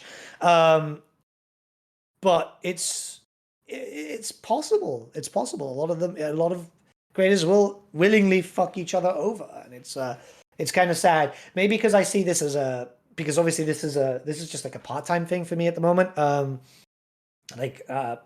quite like working my normal job, and I quite like having a stable paycheck. But I see it like if it works, I mean, great. I am I am just one of these people who are just like, shit can go south. CA can easily just replace everyone. I mean, we saw it with the marketing. How many, like you said, a lot of big names just randomly appeared. A lot of people I'd never seen before. Hell, the marketing itself wasn't run too well. I had one of these distribution companies contact me. I shit you not. An email was, "Oh, we see that you like playing Warhammer games. You might be interested in Total War Warhammer 3." I was already releasing Total War Warhammer 3 content. Oh yeah, well, that's just some stupid ass advertising company like that sends out just like, for all we know, that could have just been like, it's probably one of those kinds of emails where they're just like mass sending it to like everyone that might even be remotely relevant. Yeah, but it's like, well, you could do your fucking research considering that I've already been dropping content for about 2 weeks. They don't do research. They just shotgun in space and see what they hit. Um, yeah, I am curious to see where it goes. I will say that. Um, As long as it like, as long as people get what they want and like everything gets like as long as everything works out for the better of everything. That's my main thing. As long as everything works out for the better of everything. Uh, we never know. You never know. I just want the game to do well. Look, a lot of people see me as quite negative about this stuff. I love creative assembly. I do. I wouldn't be devoting so much time if I didn't, right? There's no point playing a game you hate because what the fuck is the point? What are you doing with your fucking life if that's the case, right? I I agree with you logically, but I feel like there are so many people that fall under that umbrella. Fucking sad. It is fucking sad. I want to play. I want to have fun, man. You know what? You know what I can't wait for when when the when the patch drops and all that, and we get like modding tools if it comes out proper and so on. I'm so hyped for that. Like I was like, oh god, man! Not only that, but I'll get to play again proper. We won't have the issue with unstable mods because right now mods are kind of unstable. People are making them, but like without a proper workshop, it's very hard to keep stuff updated, and then you delete files, and it can become an issue and all that type of stuff. So I am I'm really happy. And I've spoken to some modders who are like, "Oh, we're gonna do this with this and this." I was like, "Oh man, that sounds fucking cool!" Like I'm super happy. I'm hyped up for Warhammer again. But when it comes out, like until then, I'm keeping my expectations because you never know. Shit can happen. Shit can break again. But it's because I love the game. I love the series. They brought back something that was dead essentially for what 5, 6, 7 years. When did we have the end times? It's been a while. 2011. Fuck me, it's been that long. God. 2012, that ballpark. Yeah. So like I want to see they brought back something which means a lot to me. Like this is something I never imagined in my wildest dreams. I just want shit to work, man. That's the thing. I don't say my negative stuff because I hate it. Because if I hated it, I just wouldn't be playing it. But you know, Oh yeah, I get you. You've been you've been very expressive on that point. it's very important. A lot of people take my criticism as something else, and I fucking hate when that happens. Don't misquote me. This is what happens a lot. People go, "Hey, great book hates this." It's like, no, no. Never, never. I hated it. I'd say I fucking hate it. I have no problem being King both. of things we hate and the end times, which are totally unrelated, I'm sure. Um, we do actually have a who would win for today. Which this one is actually interesting because I don't know why I haven't thought of this one. Nathan suggested it, and I think it's a great matchup. So for today, on the subject of the end times, we're doing a what if who would win. What would have happened if Balthasar Gelt actually had gotten a fair fight against Manfred von Karstein? What would have happened? Nathan, why don't you run us through Manfred? The books.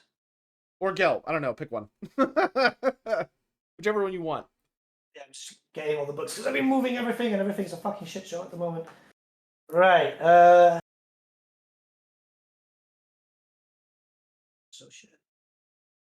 I hate the. Right, we're going to look at Balthasar Gelt, obviously a very big name, very big meme in the Total War Warhammer community. He is the Supreme Patriarch of the Colleges of Magic. A rather interesting character because he's not actually Imperial as far as we are aware. He just kind of showed up. He's And 100% not Imperial. yeah, we don't know exactly what he is. I don't think anyone's seen him without his mask.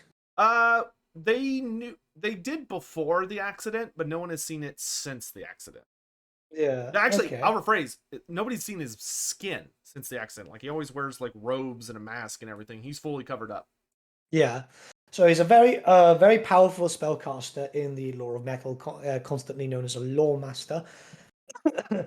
um, he is one of these characters which is very mysterious. A lot of people don't really know too much about him. There's a lot of running rumors and all that type of stuff. The character himself is he demands a great deal of respect, especially leading the colleges of magic and nowadays, because he took over from the last patriarch was a fire wizard, wasn't it? Yep, Thyrus Gorman. Yeah. The character himself rides atop of a imperial griffin, which the griffin did have a name, didn't it? What Gorman? Gorman's? No, Gelt's Oh, griffin. Gelt rides a Pegasus named Pegasus. Quicksilver. Quicksilver, yeah. Um, he's known to carry a few different items with him, like for example, the Amulet of Sea Gold, which gives him increased magical resistance. I think it's stronger with the more wizards on play, isn't it? Yeah, it's essentially it's essentially like a magical artifact that reacts to how much magic is in the air. So the more magic that is present, the more of a barrier against magic it gives Gelt. Yeah. We've got the Cloak of Molten Metal, which is an enchanted item. It gives him a 3+ ward save against shooting attacks. He's actually pretty good at this type of stuff. It's negating any type of range damage. For those not aware what shooting attacks are in the tabletop, a ward save will keep him nice and protected, which is a very, very good ward save in all And he honesty. made that himself, which is actually super impressive. Mm-hmm. Won't help him a lot in this fight because there's not going to be any shooting, but good item still. Yeah. And then finally the Staff of Volans, which is so good on the tabletop because essentially made him a level 6 wizard, which was stupidly good. You'd basically be getting spells off baseline unless people would be able to to dispel him. But like even then, that's a lot of magic that's possible to be thrown out. The character is just super great. Obviously, we're not going through end times, Balthazar, are we? No, not incarnate of metal. Yeah. Which is just normal Gelt. Yeah. Yeah, and the Staff of Volans, of course, is like probably the most powerful arcane artifact that the Empire possesses. Being that it, of course, belonged to the first Supreme Patriarch and was a gift from Teclis, and every Supreme Patriarch has wielded it, and yeah, it makes your magic go from being like really good to like insane good. Yeah. It's what allows Gelt to compete with the likes of Greater Demons and Elf Loremasters and all of those other like really powerful wizards. Yeah. Granted, he's a little more he's nuanced on focusing specifically on the lore of metal versus like an elf wizard that's going to be more varied or something like that. But when it comes to the lore of metal, I really don't think there's anyone that can compete against Gelt. The only character who could come close, in my opinion, is probably the newly invented Zhao Ming. But even then, I think Zhao Ming is more of like a generalist because he, of course, knows all the lores of magic, which allows him to cast the lore of Yin or Yang. But I think when it comes to just pure metal, Gelt is probably uncontested. Yeah. Unless he went up against like a Slon that for whatever reason was just like metal is my shit. Yeah. But so yeah, that's Balthasaar's Gelt. Now he is still human. He has a lot of really powerful artifacts that allow him to fly around, and the Pegasus is freakishly quick, and allows him to get around, and yada yada yada. But he is still he does not like to be in combat. We'll put it that way. He really doesn't want to be in a physical fight. But he does have a lot of really impressive lore feats. He specializes in turning like entire armies to gold, and killing them. And he also is a very sneaky son of a bitch who specializes in transmutation. Oh, on the other side, the other rope, we've got, of course, Manfred von Karstein. Manfred von Karstein is also an incredibly powerful wizard in his own right. And very uniquely, Manfred is a wizard who is very well known for having a just insane amount of spells ready to blast from the hip, at pretty much any given moment. In that he's also a Loremaster, but unlike Gelt, who has purely is like a pure master at the lore of metal, Manfred von Karstein is not only a master of the lore of vampires, but he's also a master of the lore of death. He's one of the greatest undead spellcasters in the world. I think the only vampire I would consider a better wizard than Manfred would probably be Zacharias. Yeah. And the only reason Zacharias is ahead of him is because Zacharias just has some better artifacts, and is like the biggest, baddest Necrarch there is. But Yeah. Manfred is like barely below him. Mm. He also has a number of really nasty powers. He specializes in, of course, summoning undead creatures. That's something a lot of Von Karsteins tend to be really good at. And he has his Master of the Black Arts and Dark Acolyte system, which are things that just make him an even better spellcaster. He's very good at like utilizing any and all magic that can be supped from the air, and also kind of like hiding it away and allowing him to obliterate his foes with it. For the sake of this battle, we are going to be allowing Manfred to appear as he does in the lore, which Manfred, as he appears in the lore, does actually show up on a dragon. Funny enough, he couldn't take a dragon in Tabletop. The biggest thing, you could have him on an Abyssal Terror, which was kind of like a Griffin equivalent. But weirdly enough, probably the biggest thing I hate about this book is that they literally have a story in this army book of Manfred riding a zombie dragon, and then he can't ride a zombie dragon. Like, what the fuck? Come on, Yeah. guys. Why? Why would you do this? But we're gonna let him have his dragon, because he shows up on one. And of course, that's how a lot of people are used to seeing him with Total War. But in any event, he, of course, very, very, very powerful wizard. He's very good at freaking people out. He causes terror and all that nonsense because, he's a big spooky vampire who has access to lots of horrible spells and such. And then when it comes to his magic specifically, because he is a vampire count and he has access to lore vampires, he can actually summon undead, which is terrifying. And like bring lots of little skeletons and stuff onto the battlefield. Granted, it's going to be pretty much useless against Gelt because Gelt is never going to come down on the ground. But that is a situation. And then as far as items go, the two most important is the Armor of Tempelhof, which the Armor of Tempelhof for Manfred is a really, really nasty set of armor that Manfred has basically like butchered many other vampires and used their essence to create to make himself much stronger, because Manfred discovered a system where vampires can increase their power by essentially eating other vampires. So he got really busy on that, and not only does it provide him with some armor, not a ton of armor, but enough to protect him from like wayward blows and stuff, but it also makes him substantially tougher. He's treated as being almost pretty much as tough as like a sizable ogre instead of what you would expect. So he could take a lot of damage before he goes down. And then, of course, he has the Sword of Unholy Power, which this blade basically just makes it that anytime Manfred cuts somebody, he deals any damage to him, he is able to channel. Where Vlad, his father, would stab you and his sword would literally drink your blood and heal Vlad, Manfred instead opted for a sword that when it stabs you, it converts your life essence into dark magic, which then he can utilize to cast his sorcery. And of course, Manfred von Karstein, being one of the von Karstein bloodline, despite the fact he's a fairly good wizard, he's also a very good combatant. He is a very, very skilled fighter with his sword and his really weird sickle thing, which I don't know what that weapon is. Like, I know he always has it. I don't know what it is, but I'll just call it a sickle. So, those are our combatants. I'm going to go ahead and start my poll. Nathan, what are your thoughts so far? Let me do the poll.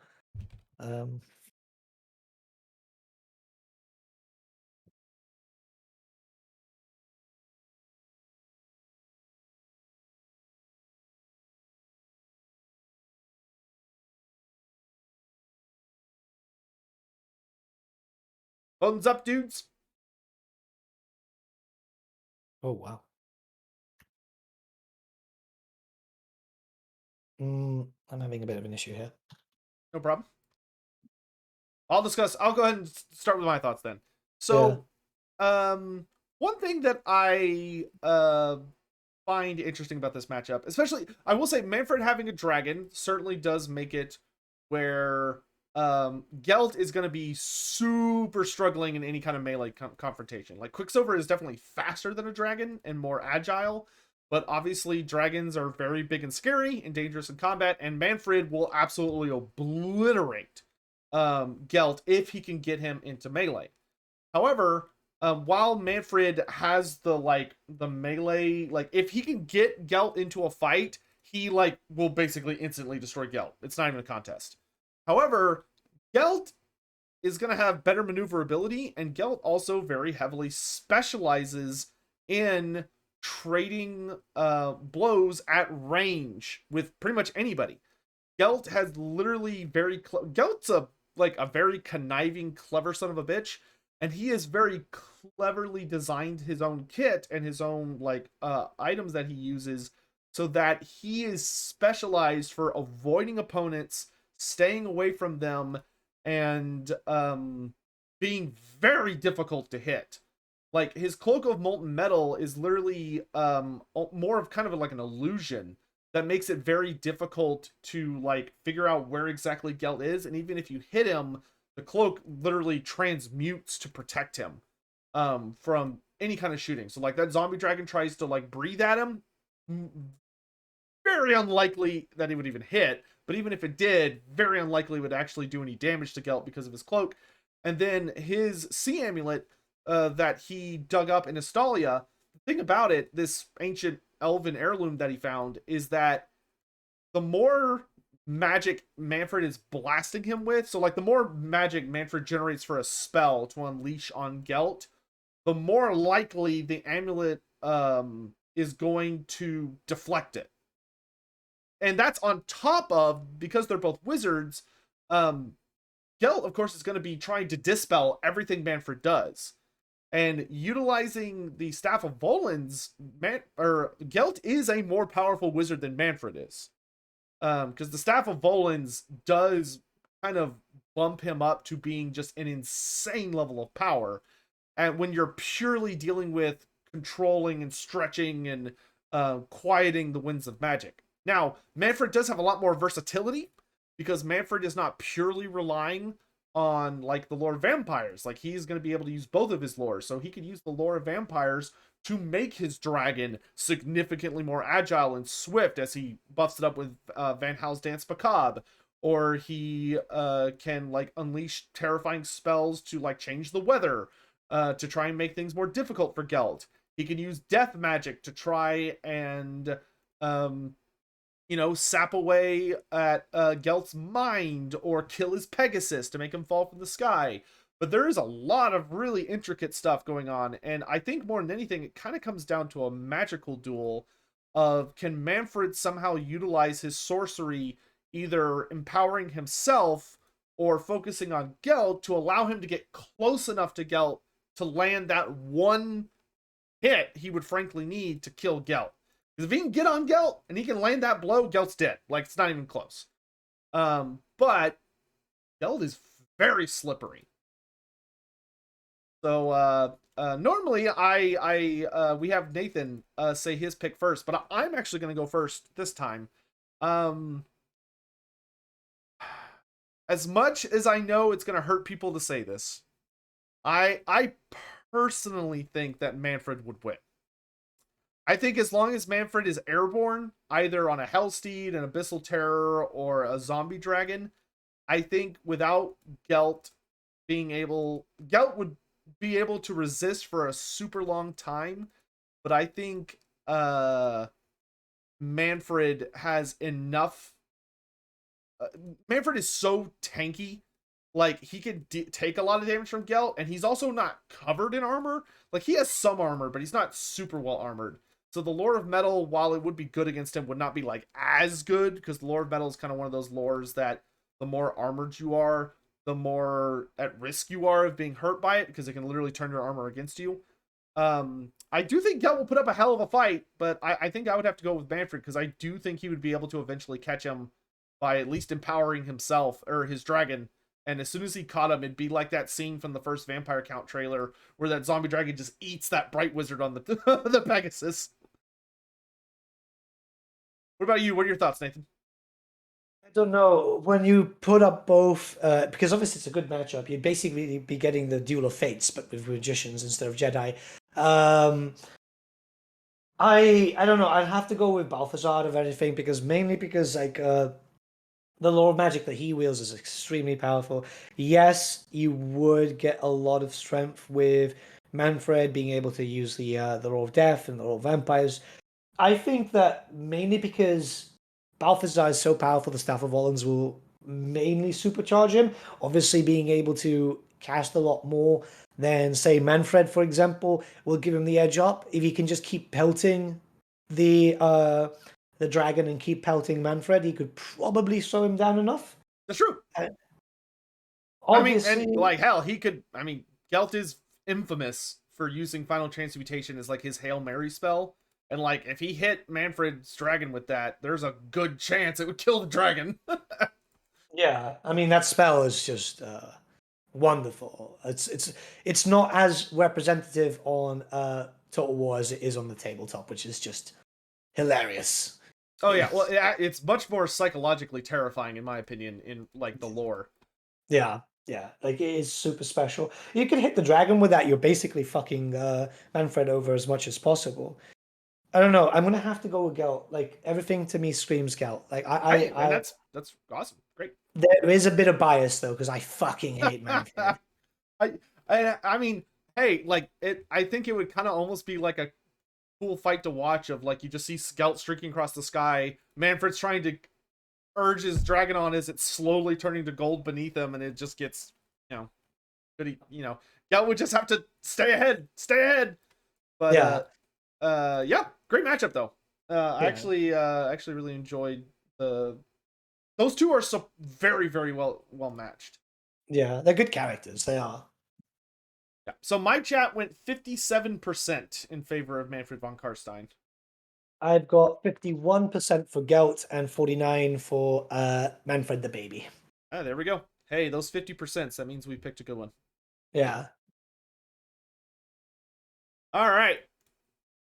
And then basically the last subject for today, like I said last time, we're adding a new segment to the show, which is basically just called like Lore Thoughts or Lore Fluff or whatever you want to call it, where me and Nathan will just kind of think of a subject, or we'll look on Twitter for a subject, and we will talk about our favorite of that subject within the lore of Warhammer Fantasy. And today, the thing we're doing is our favorite spell. So Nathan, you want to go first or second? Either way is fine. Are we going specifically on lore? Or we're using tabletop on it too.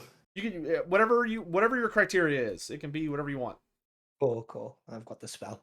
I'll let you go first.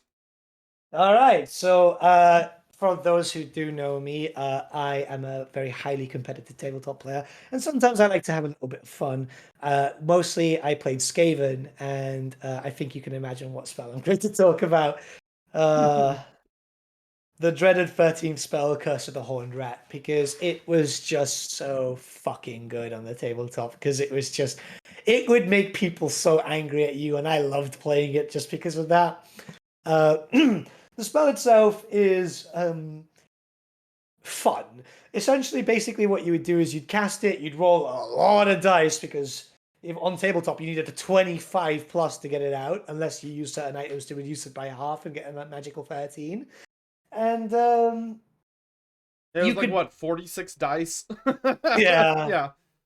it was really fuckery. However, if you could land it on your opponent, you would do a lot of damage, 4d6, which was quite a decent amount, unless you had a really bad roll, which has happened to me before. And if you completely destroyed the unit, you would turn them into clan rats. Which to clarify, when he says 46, like you would roll 46, and granted, it can only target very specific types of troops. Yeah, But infantry. yeah, it was like I think yeah, it's infantry. If you target an infantry unit, you'd roll 46, and whatever you rolled, that's how many people just died. No ward saves, no No nothing. save of any Yeah, kind. you got there was nothing you could do about it. You just that many people just insta died. Yeah, I mean, you see those that unit of Phoenix Guard from the High Elves. Yeah, that was always that was the real juicy one. Yeah. Yeah, you would just watch in horror as you could, because I've had it. I've had 4/6s on that before, so I did a shit ton of damage, deleted the unit, and then clan rats. Yeah, and even from a lore perspective, that spell is freaking amazing. So like, cause it's you like the people are literally being transmuted into Skaven, Yeah, which like, it's just so fun. and the reason for anyone curious, the reason you only got a unit if you killed the unit was because in the spell's lore it literally says that because the transformation is like it's quick, but it's also like agonizing and very obvious. Basically, anyone in the unit who was not turned into a Skaven would immediately kill the people in the unit turning into a Skaven. But if everybody turned into a Skaven, then suddenly they were yours now. But yeah, I've seen that spell in some hilarious circumstances.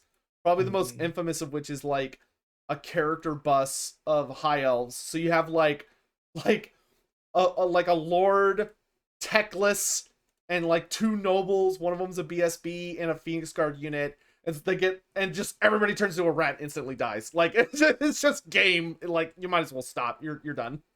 It's such a good spell. I mean, it's very rare to get it. You're pretty much hoping for an overcast because the limit is what 6 dice that you can throw unless you've got some warpstone tokens with you. But it's so good. So the maximum that you can roll is Well, yeah, 9 die. you were basically just hoping for double sixes. Yeah, it's just so good. It's just because it's fuckery and you can just see people's face drop. Like it is such a great spell. It's a shame that it doesn't really work like that in Total War because you just basically summon clan rats or something. So you summon storm vermin. Yeah, But it's a weird spell because like if you target it right, then where the tunnel comes up, it'll do like a ton of damage. But it's really hard. It's really weird to target. Like the targeting on it's kind of funky. But it can be really, really strong. It's just that because the lore of plagues has the clan rat summon, most people just spam the clan rats because it's just cheaper. But it is a fun spell. Yeah. But I've loved this on tabletop and tournaments. It's very rare that I'll use it, mainly because of its high cost rate. But there is just something so satisfying as watching someone's big fucking unit get demolished, and then you just relax as you see them rage. Yep. So fun. So my favorite spell, both from a lore and fond tabletop memories perspective, is the Comet of Cansandora. Oh Um, my god. because that spell is absolutely hysterical. Hmm. In that it that spell, so it's what it is on the 10, you summon a comet. It was not that hard to cast. Like in Total War it feels much more expensive than it did on tabletop. Because what I would normally do is I would literally just take a um I would just take a skink priest. I would take like two skink priests that were level 2 on the Lord of Heavens and just pray that one of them got Comet. And then I would just 6 dice Comet every turn. Because the thing about Comet that was so hilarious is when you would cast it, um, you would 6 dice it because your opponent would really not want it to go off.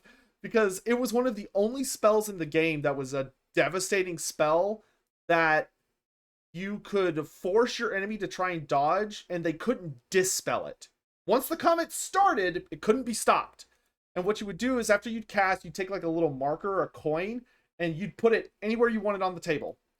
And every single magic phase after that, you would roll a d6. And on a 1 through 3, the comet would either get bigger, or on a 4 through 6, it would hit the ground. And when it hit the ground, it would hit in a radius of 2d6 inches plus however many times you would roll a 1 through 3. And it would do 2d6 hits plus however many rounds you would roll a 1 through 3 at a strength of 4 plus however many rounds it had been building up.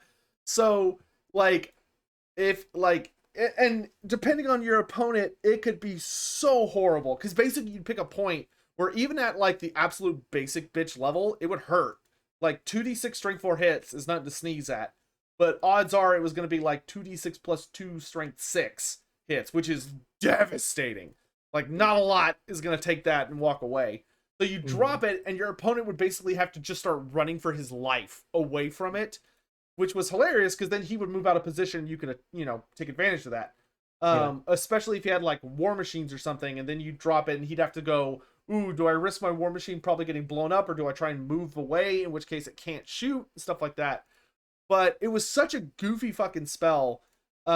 Because the other thing is it would do friendly fire. So what would happen to me a lot of games is I would summon a comet and I would have like, I'd just keep rolling threes. So it would be building up on both of our turns. So I would just keep playing and eventually it would hit the ground with like 6 or 7 counters on it. And because the radius was so large, it would hit everything on the table. Like it would just hit everybody because it had like a radius of or it would have like a diameter of like a 19-inch area of effect. So like there's just no dodging that. So it would hit everybody and you would just be like, "All right, I'll just hope that I have more stuff left on the table than he does after I resolve the effects of this spell." So like it was just hysterical. Like it could be very very strong, and it was Yeah. especially horrifying if you were really lucky and you were getting off multiple comets. Because you like I could cast comet on turn 1 and turn 2 and turn 3 and like it would be a new comet every time and you're just like I don't know when it's gonna hit the ground but it's gonna be great when it does.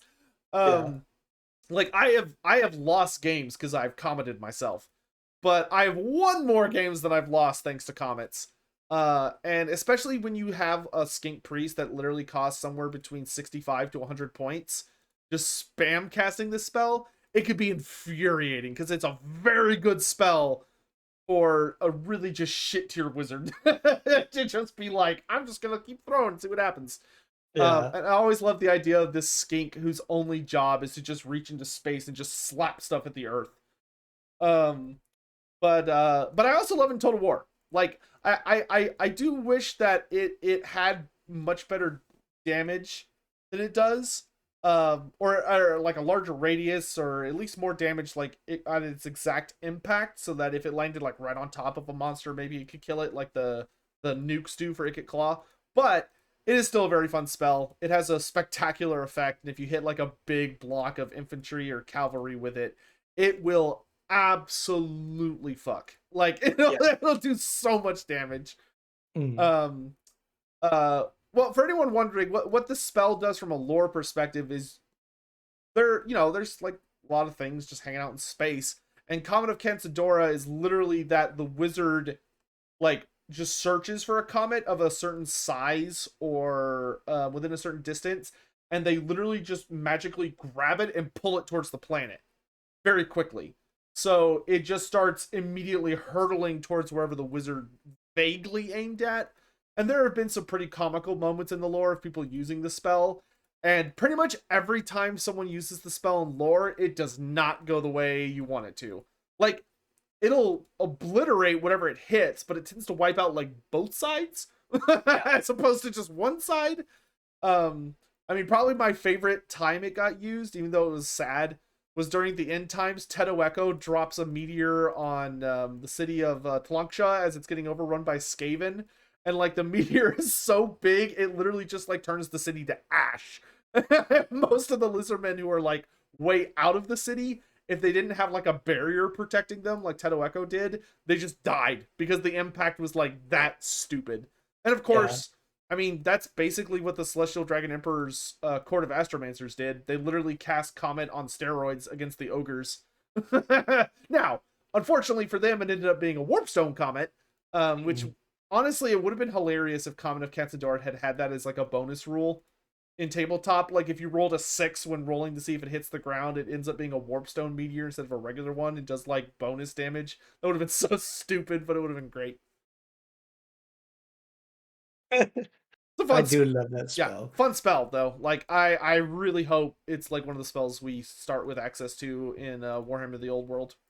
Yeah. Well, they'll have to bring in the 8 laws of magic, I think, directly in. I mean, it looks like Empire won't have access to them unless they change the law a bit because we didn't get the colleges of magic until after that war. But I don't know. Like, well, obviously Empire, High Elves, Well, they did start Lizardmen. training the wizards during the war. Teclis did. Yeah, 'Cause true, true. they had Volans and all of them at the Battle of Kislev. Hmm.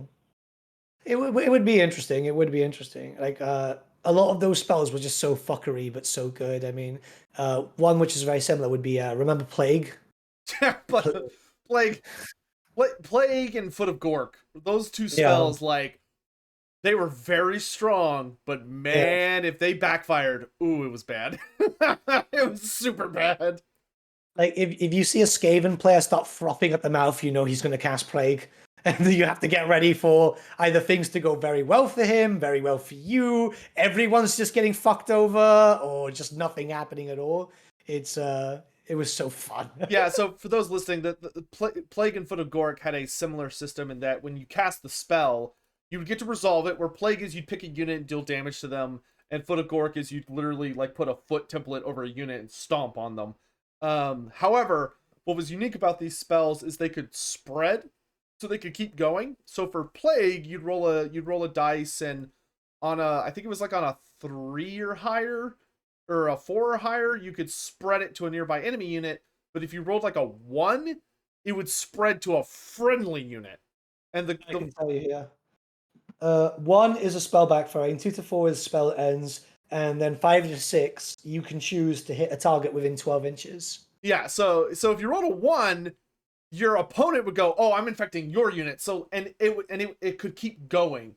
And the Foot of Gork was the exact same. The Foot of Gork, every time you'd stop, you'd roll a dice. And I think on the Foot of Gork, it was like a 4-up. You could stomp on a new target, and on a 1, your opponent would get to stomp on one of your things. But you would just keep going until you got like a 2 or a 3, and then it would stop. But it Yeah. could get absolutely ludicrous between Plague and Foot of Gork. Of just them like you don't know who's gonna benefit from it. That's But why when a lot of people say, "Oh yeah, Magic's really overpowered in Total War Warhammer," it's like, yeah, you should see it on the tabletop, man. yeah, right, dude. We could easily delete a unit from existence in tabletop. Yeah. And that was casual. People using like purple. You could delete armies from existence with a single spell with Purple Sun. Oh god, Purple Sun. I love that spell so Yeah, much. or like if there was like a character bus, you could literally just be like dwellers below, and that unit would just like Yes. cease. Like Uh, there spells where there used to be some just absolutely fucking ridiculous spells. Oh yeah, man. Oh man, I can't wait to have another. I've got a game coming up next week. I'm just so excited to play because I've got Purple Sun on my list. Yeah, or you'd have like Bretonians like overcast like Savage Beast of Horus on their character bus. So every single character would their strength would be like twice as high, and they'd have twice as many attacks, so that each of them individually was like a god. They'd all swing, and you're just like, oh, okay, I just lose. All right, fine, that's fine. Oh, I miss them so much. I actually, I remember. I'll show you. 1 second. Give me a sec. It's show and tell time. Hope you're doing well, chat. We do appreciate you all joining us today. Um, Obviously, there's a lot of tense subjects and happy subjects going on these days, but we hope y'all are still enjoying the show. The spell templates and shit. Oh, I love that. You got your love 5 inches. Where's your Yeah. 3 inch? 5. These are the official ones sold by G Dubs. Oh, okay. What's that? Oh, is that banishment? Banishment. You've got for every vortex and That's big Purple spell has Sun. one. Yeah, I'm trying to They did it remember for what the 8 laws of no magic. banishment wasn't a vortex. Banishment was direct damage. What's the Yeah. white vortex supposed to be? Don't know. No, this one's yellow. Yeah, which one is that? What spell is that supposed to be though? I'm not too sure. I know there was every vortex was covered with this. Because like they give you a nice little group of them. I've got like I'm trying to remember. Let's see. The vortex spells were. It was Flamestorm. Maybe that's Flamestorm. No, Chain Lightning was not a vortex spell. There were like very few vortex spells in tabletop. There were like 2 or 3. Yeah, no, there's quite a few because I've got 6. Give me a second, I'll get them all. I don't think what the white one could be. It might have been one of the army specific ones because I don't think there was a white. A little bit dusty because I barely use them anymore. I mean, Flamestorm is here. Okay, so there's Flamestorm, and then Purple Sun is the purple one. I'm assuming this is Purple Sun, yeah. Okay, then there should be what, Pit of Shades, maybe? This is Pit of Shades. Okay. It's got skulls all over and all that. Not sure what this one is. Yeah, I don't know. I have no idea. This is the Skaven one, isn't it? Oh, which one was the Skaven one? Was it Vermintide? I think Vermintide was the Vortex. I could be wrong. It could be Vermintide. The Hounds of Orion were like an actual model. Oh, wait, no, it wasn't Gehenna's Gold Hounds. That wasn't a Vortex either. Yeah, and we've got this one too, which I think this is for the Thunderbolt. Yeah. Huh. Yeah, this could be for Thunderbolt because this is lightning and all that. It's a cool thing. Like I picked this up. They released this, I think, at the beginning of 8th. Yeah, I think so. Either that, like, or yeah, it would have been at the beginning of 8th. Army suggested for a beginner, Flaming Dragon in what?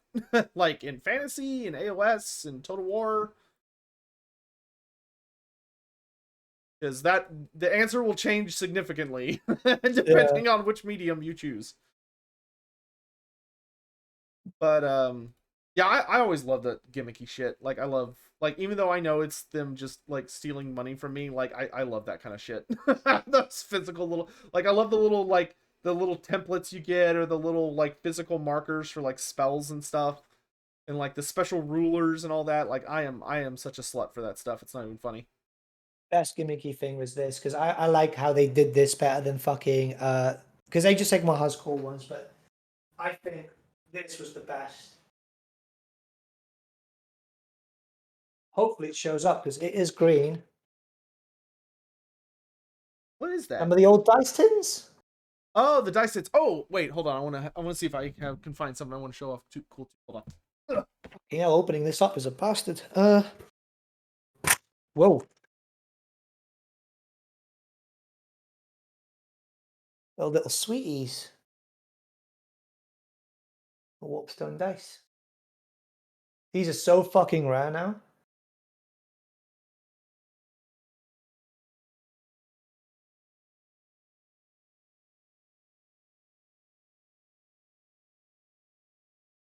All right, my turn for show and tell. What I Yeah. got: spell cards. Ah, nice. Yeah. Those are so cool. I love them. I've got the whole collection myself. It's Yeah, just so fun to I've only use. got the Lizardman ones, but like these were fucking hype every time they released a new book. The spell cards, these were great. Yeah, it's just it made it so easier to use on a match and so on. Those were just so good. Yeah, I wish they released them for AOS. I would love spell cards in AOS, but they don't do that. That's weird. Yeah, they only release like little like punch out tokens for like if your spell like has like a lingering effect, so you can like put it next to a unit, but they don't do spell cards anymore. Um, they Someone's do asking. they do war scrolls, which will have like Yeah, all of your rules and stuff, but they yeah, haven't done spell cards, which yeah. is a bummer. For those confused, spell cards is because you'd have your spells in your army book, right? Which isn't showing up yet. Yeah, there Yeah, we go. these are like quick reference. Yeah, It's not like fifth edition where you actually needed cards. yeah. These were just so you didn't have to open your book. It just made things so much better, especially if you were using, say, for example, remember Storm of Magic with just the horrendous amount of spells there? Oh yeah. It's like it just made life so much easier, and Yeah, it was just so I good. secretly hope that's something that they do. Like they don't have to. I wouldn't upset if they didn't do it, but I would love so much if they added for the Storm of Magic fights in the Realm of Chaos, if you had like a small percentage chance to get the spell that's unique to your army, the Storm of Magic book, like the Yeah. Super Nurgle spell or the Super Lizardman spell or those, because those spells are so fucking dumb, like in a fun way, but they are so dumb.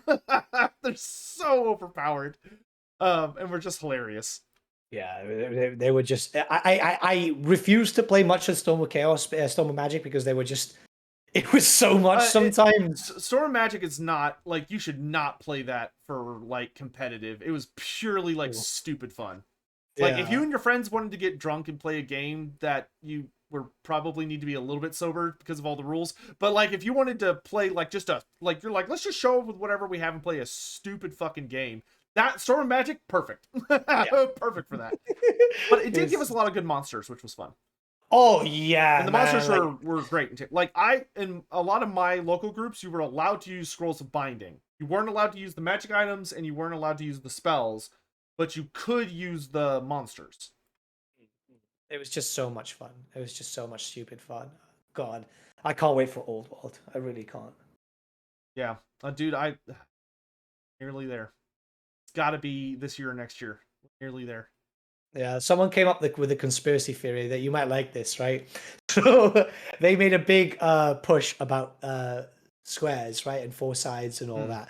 And someone came up with a conspiracy theory. Right? It was on one of the Warhammer Facebook groups, but I shit you not, it was like a fucking dissertation going by. There's clearly four sides to the bases, so it's going to be released in 4 years, which would be 2023. I was reading on it, I was like, man, this guy smoked some really good shit to come Yeah. up with it, Oh but my it kind god. of makes sense. Yeah. That he's like, listen, the entire marketing campaign was revealed in this first image. It's like I don't know about that. I mean, Someone in chat asked, "What is our speculative old world release date?" I'm thinking probably early. I if it's not so. The thing that's important to know about GW is that whenever they do something really big, it's usually a summer campaign. So it's I think it's probably going to be next summer, unless they yeah. reveal it at Adepticon, which I think is like day this week. Next this week, yeah. I know it's this week. I don't know what day it is, but Adepticon is there. There's probably going to be a big reveal there, but we don't know what it is. Yeah. I'm hoping either this year or next year. This year would be great because I've been burning through a lot of my pile of shame in an effort to make space for this, and I'm dying to play. Uh, I'm imagining because there's been loads of rumors. There's been loads of rumors about just loads of stuff. We don't know how true or false they are because some of them sound realistic. I would just love it if we got it this year because we would start seeing like this is the thing. I don't think we're going to start seeing it until we get some like Kislev and Cafe DLC because then we'll know what's pretty much coming as Kislev and Cafe DLC. You know? Yeah, but I mean that could also literally be like next month. Yeah. after. Like, I don't know what the schedule is. Like, Yeah. I Like, assume they're gonna start off with like a race pack, but if they don't, then it could be Lord Pack with Cathay or Kislev in it. yeah.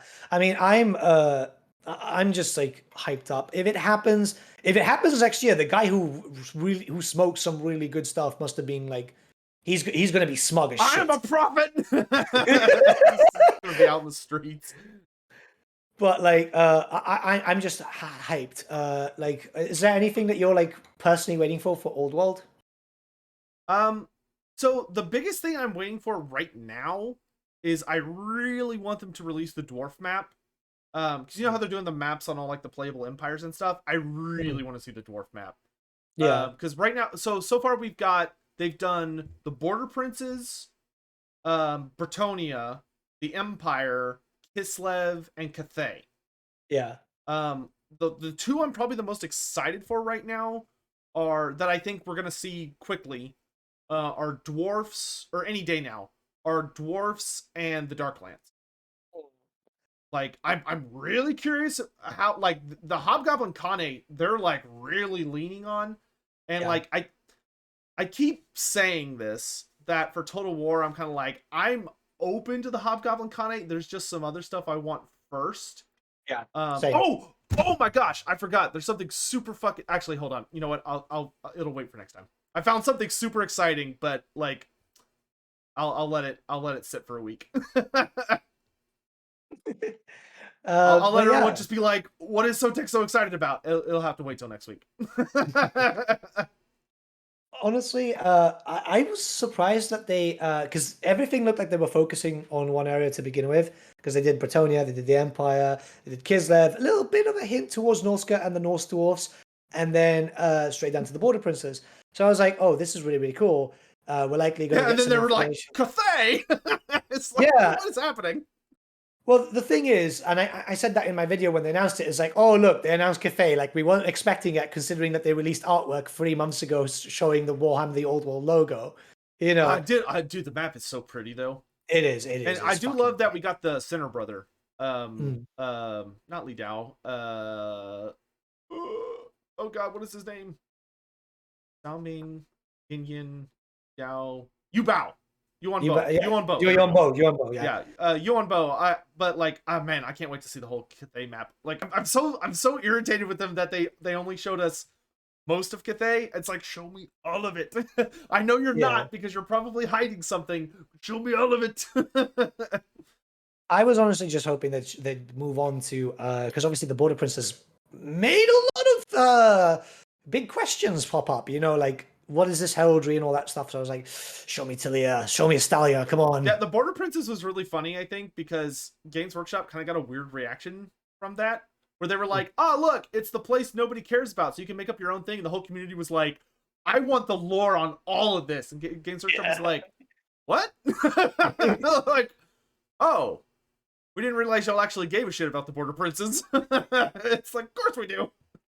I think, yeah, they must have been really surprised, especially because, like, look, the new heraldry for me, that was like, this is obviously Arabian with the fucking moon and the sun and all that, and the crescent moon Yeah, was well, just it so was like, it was a typical. really cool way to tease a lot of stuff, but I Mm, also want to know about like what's going on.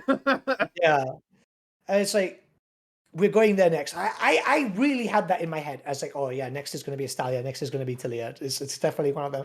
It's like, oh, Cathay. Oh, Yeah, like if we just dude, I am after reading all the up in arms stuff. Like, Talea is yeah, just like, it's just it's just teasing us now. It's like, yeah, yeah, stop teasing me and let me finish. yeah. Show me Talea, you bastards. The book is really good. I'm not sure if I think a lot of people have been reading it at this point. Like, they established a lot of stuff in there that was just cementing it. This is something which a lot of people kind of got confused about when I did my video. It's like, it's not the fact that it's because there is some new stuff, but the fact that it got re-cemented Yeah, into the lore. it's very similar to what they've been doing with Cathay and Kislev, where like everything they can keep, they keep, and then they just like fill in gaps. Oh yeah, which is an impressive thing because a lot of people don't seem to look towards Cubicle 7 as another source, which is which they should. dumb because we've proved it multiple times already. Exactly. There's a lot of stuff which we need to like cross-referencing is important. I think they do a very good job too. I think they've got very good writers because the stuff that they do release still feels like Warhammer Fantasy, doesn't it? Yeah, literally the only problem I originally had with them was when they first started. The lore was obviously in a different edition. Like it was like 5th edition lore. And I Yeah. remember being like, man, I love this, but I hate that it's not 8th. And then they're like, haha, just kidding, we're going to 8th. It's like, oh. But and I also the thing that I really love about it is I love that we're getting updates to the lore of the Warhammer we all know and love. Like, don't get me wrong, I'm excited for the old world, but I am also very excited to get like updates to the modern world, and Cubicle 7 is doing that, which I'm Yeah. so thankful for. Which actually, there was a rumor, and I want to get your opinion on it before we go call it a day. Someone put out a little rumor once, and I was like, "Oh, this sounds quite interesting." Old World will have multiple settings through supplements. I think that makes sense. Like, Yeah, I just because what they have 2 options, right?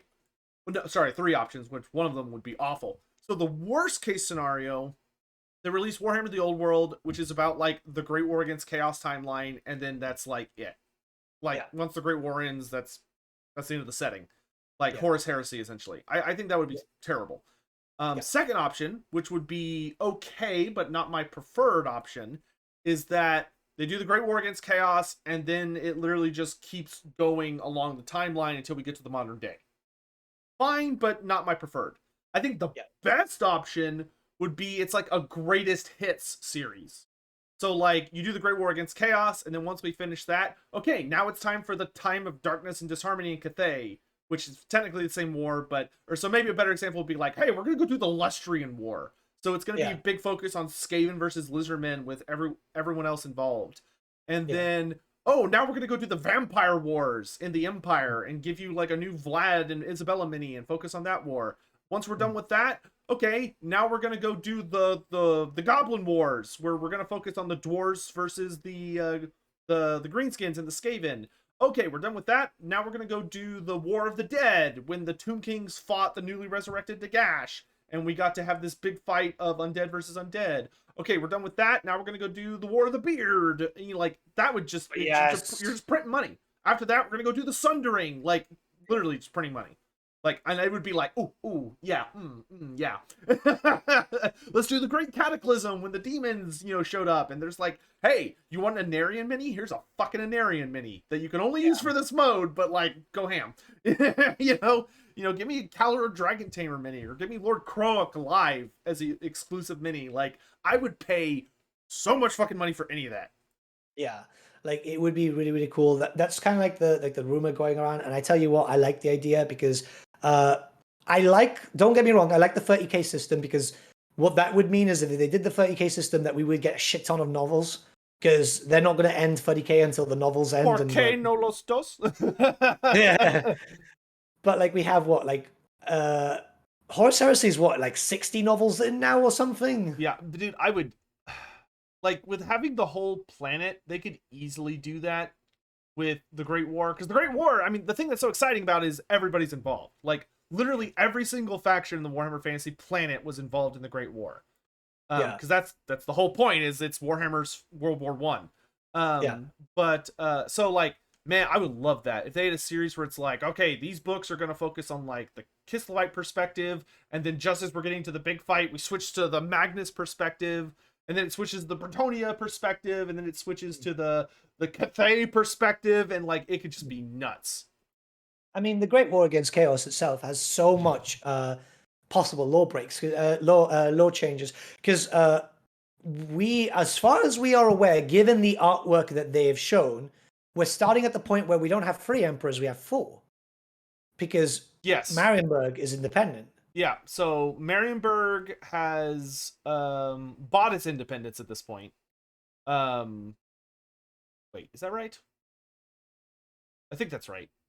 Because they bought their independence. Yes. Marienburg's independent at this point. And then you've got the other 3 and then you got the 3 emperors. Yeah. So like we got that, which that's like, boom, that's 4 perspectives right there, and that's Yeah. doesn't even seem to include Magnus, so that's like a 5th perspective. Yeah. And then you got like the dwarfs, like we got Norskin dwarves. I'd love to see what was going on with them, because we know Yeah. that one of Asavar Kul's big, so Asavar Kul had like a series of really big generals. One of his biggest generals was Valmir Eisling, who in the Warrior of Chaos story, he goes to war with the Norskin dwarves. So while Asavar Kul and all his buddies go down to Kislev after they get, oh, Marienburg had not bought its freedom yet. Okay, so they were not quite there yet. Um, couldn't remember when I couldn't remember which emperor it was that paid them off, or they paid off. But so you have this big thing of like, I would love to see the Norskin dwarves versus Eisling. Like that would be a really cool war. And give them a big focus, while we also still have the Karasakawak dwarfs who will come up and fight in the battle of the Gates of Kislev. Mm-hmm. And like Bretonia had an infantry war going on against the Greenskins during all this, so that would be super fun. Round about that time also was a certain sultan rising and dealing with Estalia and Talia, and Yeah, then the unnamed yeah, it's gonna be interesting to see. I'm very excited to see how everything's gonna play out. yeah, like there's so much. Is this right before? This is also right before the Skaven Black Plague, isn't it? The Black Plague was I think the Black Plague is already over. I think the Black Plague was like in like 1111 IC, and this is like in 2300 IC. Because I'm there's the case of yeah, it's after because Boris Goldgather would have been dead, wouldn't he? Yeah, Gold Gather is super dead. Yeah. Ah man, I just can't wait. I want to see that. I want to see Bretonians versus Araby in a box. I want to see fucking Kislev versus Chaos. I want to see Norska as a proper army book, which I think would be kind of cool. Not just a shitty supplement type of thing. Oh god, I can't wait to see what the hell happens. I just really can't wait for Old World. I really can't. Neither can I. It's gosh, very exciting. Yeah, man. Like I am just like the moment that book comes out, I'm locking my way for 2 weeks and just nobody's gonna see me. Nobody's gonna see me online. It's just I'm just gonna. Yeah, I may have to like, just so I can like make money and not like go out of business as a YouTuber, just like read it on stream. Just be like live reacting as a stream. Like I'm not even gonna read chat. Like y'all can just, it'll basically be like a sleep stream, but it'll just be a nerd being like, oh, like that's all it is the entire time. People would watch that, right? It's just reaction porn. It's just gonna be amazing. I honestly just, oh man, like I want new rules. I want new miniatures. I want an army, but I want that feeling when a new edition comes and you get that fresh new army book that you've been waiting for. And you're like, I can't wait to make so many people I've not fucking had that cry. feeling in a long time.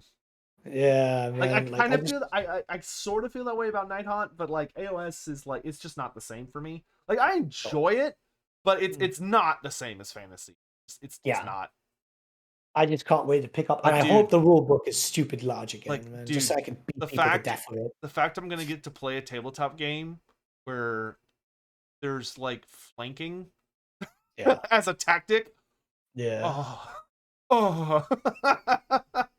I can't wait. I honestly can't wait. I think because that will definitely become content for you and me, because like we love this shit, man. We've been waiting. We've been screaming, bring back Warhammer Dude, we're Fantasy. literally just waiting for that. Yeah. Like Total War's great, don't get me wrong, but like I think honestly we're tabletop people first. Yeah, like law changes, so just fucking meta stuff, list building. God, you know how much I love just sitting down with like Battlescribe open and just writing hypothetical lists because it's just so Oh stupid yeah, fun. dude. All my all my army books from when I was little, so like my 6th edition and 5th edition books, are literally just full of scribbles. I was a kid and I would write like, and I would like be building army book like lists in my book and stuff. And like I look back at it fondly. Like thankfully, I'm a different kind. I'm not the kind of collector where it's like I need it in mint condition. I'm just like, oh, it's used because I love it. Like it's used with love. Yeah. Because otherwise I would fucking hate younger me. I've got one of the army books. I think it was I think it was actually there's one, I think it's the Bretonian one when I was doing my Paladin build, because I was like, oh yeah, no, I'm sure Bretonia will work in a decent army on the tabletop. And I built a Paladin, which was really, really cool. And it fucked up on me really badly. So I've actually gotten written down there, twat, next to that fucking virtue. The first edition that I really, really got to play and like just spend all the time with in the world, the 6th edition, held together by duct tape. That's good though. That shows use. That shows fucking use. Like you can see how just like ripped and everything is. Like some of the pages will fall out if I'm not careful. Like this poor book has been through the ringer. It's been through so much. So cool. But it was being used by an 11-year-old child. So instead of like, I don't know, going to a print shop, which definitely existed then, and getting them to just put like rings through it, I was like, nah, fucking duct tape. There we go. That'll do it. That's so cool. God. Sell it to you for $300. Hammond, I'll think about it. That's because I could probably buy a much nicer one of that same book for about that much money. Collectors are so dude, I have a mint condition Tamacon, right? Mint condition, because I've only used it for a few different campaigns. That book is so expensive. Yeah. And people message me every so often offering stupid amounts of money. It's like, nah, man, this is my book. It's part of my collection. Like, yeah. Well, it's the Monsters Arcanum and Tarmacon, dude. Like those two books, because they're such nice quality. They're massive. Like they're literally the highest quality books that were ever made for fantasy, in my opinion. Yeah. They sell for hundreds and hundreds of dollars. Yeah, I see them more or less through reseller websites for like 200, £300. It's like, fuck, man, that's like, I understand because the book is so good and the Tamacon story is actually really good. Oh, it's great. Excellent. But like people just like they go insane with it, and I understand why, because obviously these are rare things and a lot of people have become collectors because of Total War. But like it's like, damn, man, like if GW decided to just like do like what they did with the Realms of Chaos book, right? The one with the Nurgle with the Gate and Clean one at the front. Hmm? If they just decided to reprint, they would make a stupid amount of money. And the fact that they haven't done this yet proves that they're fucking stupid. They just hate money. Yeah. For some reason. Yeah, yeah. Anyway, we are past time. And so it's time for us to go. Especially because I've got a Warhammer Fantasy roleplay session here in a little bit. Nice. And hopefully everyone had fun. Today was a good day. I will say this hint. I'll say this hint for next week, and I'm just gonna leave everyone in horrible suspense. I have found deep, genuine proof from something Games Workshop did very, very recently. I honest to God think they're releasing Fishmen. You are just going to like not stop with that, are you? No, I legit like I was doing something. Oh, I can't say what it was yet, but I was doing something, and like it's literally like a full thing about this mysterious, horrifying race of fishmen creatures, and I was like, oh. But you'll have to wait till next week to find out what it is. There is definitely someone at GW just writing like Sotek really wants Fishman. Let's just like tease him more. Let's see how much we can. Some asshole with an edging fetish that's like, I'm just gonna see how close I can get him without ever giving it to him. So that's gonna be it for today's show. Nathan, you got anything big coming up you want people to know about? Yeah, two things. First up, for those interested in the new rule set, my community's been dealing with Warhammer Fantasy Crusade, just their own take on Warhammer Fantasy and Crusade, to make it quite fun. It's been quite interesting watching them play. Really, really nice, to be honest. Like, just contact Rowan the Accused. He's the one who wrote the rules. It's pretty good. I'll send you the PDF later so you can check it out because you might really like it, man. Yeah, I'd love to take a look. Yeah, maybe we can talk about that next time. That'd be great. Yeah, definitely. And other than that, I'm just streaming a lot more on Twitch. I just finished Dying Light 2, which was really, really fun. Oh, you finished Great it already? story. Okay, great. Yeah, dude. 7 sessions, 8 sessions, 6 hours each because I just got really immersed Damn. into All it. right. Yeah, you're really hitting that Twitch game hard. It was so good, There you man. go. Like some of the side quests were just like really sad, but like well written. Like you would definitely love What that game. a game about a zombie apocalypse is sad? No, no, I mean What? like genuine heartstrings. It was great. But yeah, I'm streaming a lot more on Twitch, on Twitch TV / The Great Book of Grudges. I'll probably be doing something tonight too because I put a little poll up and I kind of just want to stream a bit more. Mordheim will be coming back on the channel for Ooh, that good choice. on Good choice. Monday. I missed that game so much, man. Great I game. missed that game. I will never forgive them for abandoning us for a piece of shit like Necromunda. I Oh, said it. I they said abandoned it. that too. They I abandoned know. that too. I know, but at least our piece of shit was actually fun. Yeah. How But dare they abandon us? give me a quick sec. I'm just gonna link my Twitch on my chat because like I don't promote it enough on YouTube because YouTube has this weird thing about like killing off your viewership if you put a Twitch link. Really? Uh That's yeah, hilarious. it literally stops it from www.twitch.tv/Great Book of The Great Book of Grudges. Go yeah. follow if you haven't already. How dare you? And what are you up to then? So the things on the channel, I've got some theory videos that are nearly done. I've been working Nice. on one really big thing that's going to be the start of like an overarching theory. My health has been getting very much in the way of it because I was doing a lot of writing and stuff, and then it started making me sick. So, so I'm trying to get to I'm trying to find that balance of like figuring out how long I can like work and do research and stuff without pushing myself too hard. Because Yeah, I'm really trying to get this ulcer to finish healing, and yeah. it's just driving me nuts. You feeling better though? I have good days and bad days. Yeah. The good news is I did finally find an ENT that accepts my insurance, so that's nice. Yeah. So I should be getting that scheduled this upcoming week. I don't know when I'm gonna get to see him, but hopefully soon. And I can get some stuff checked out and hopefully be on the road to recovery. But yeah, it's definitely been a long few months. Yeah. I can imagine. But that's how it goes. In any event, thank you all so much for joining us. We hope you all had fun and are enjoying Lorebeards and everything. We'll see y'all next week. And until then, take care of yourselves, be safe, and we'll see you guys next time. Thanks for watching. Bye-bye. Everyone.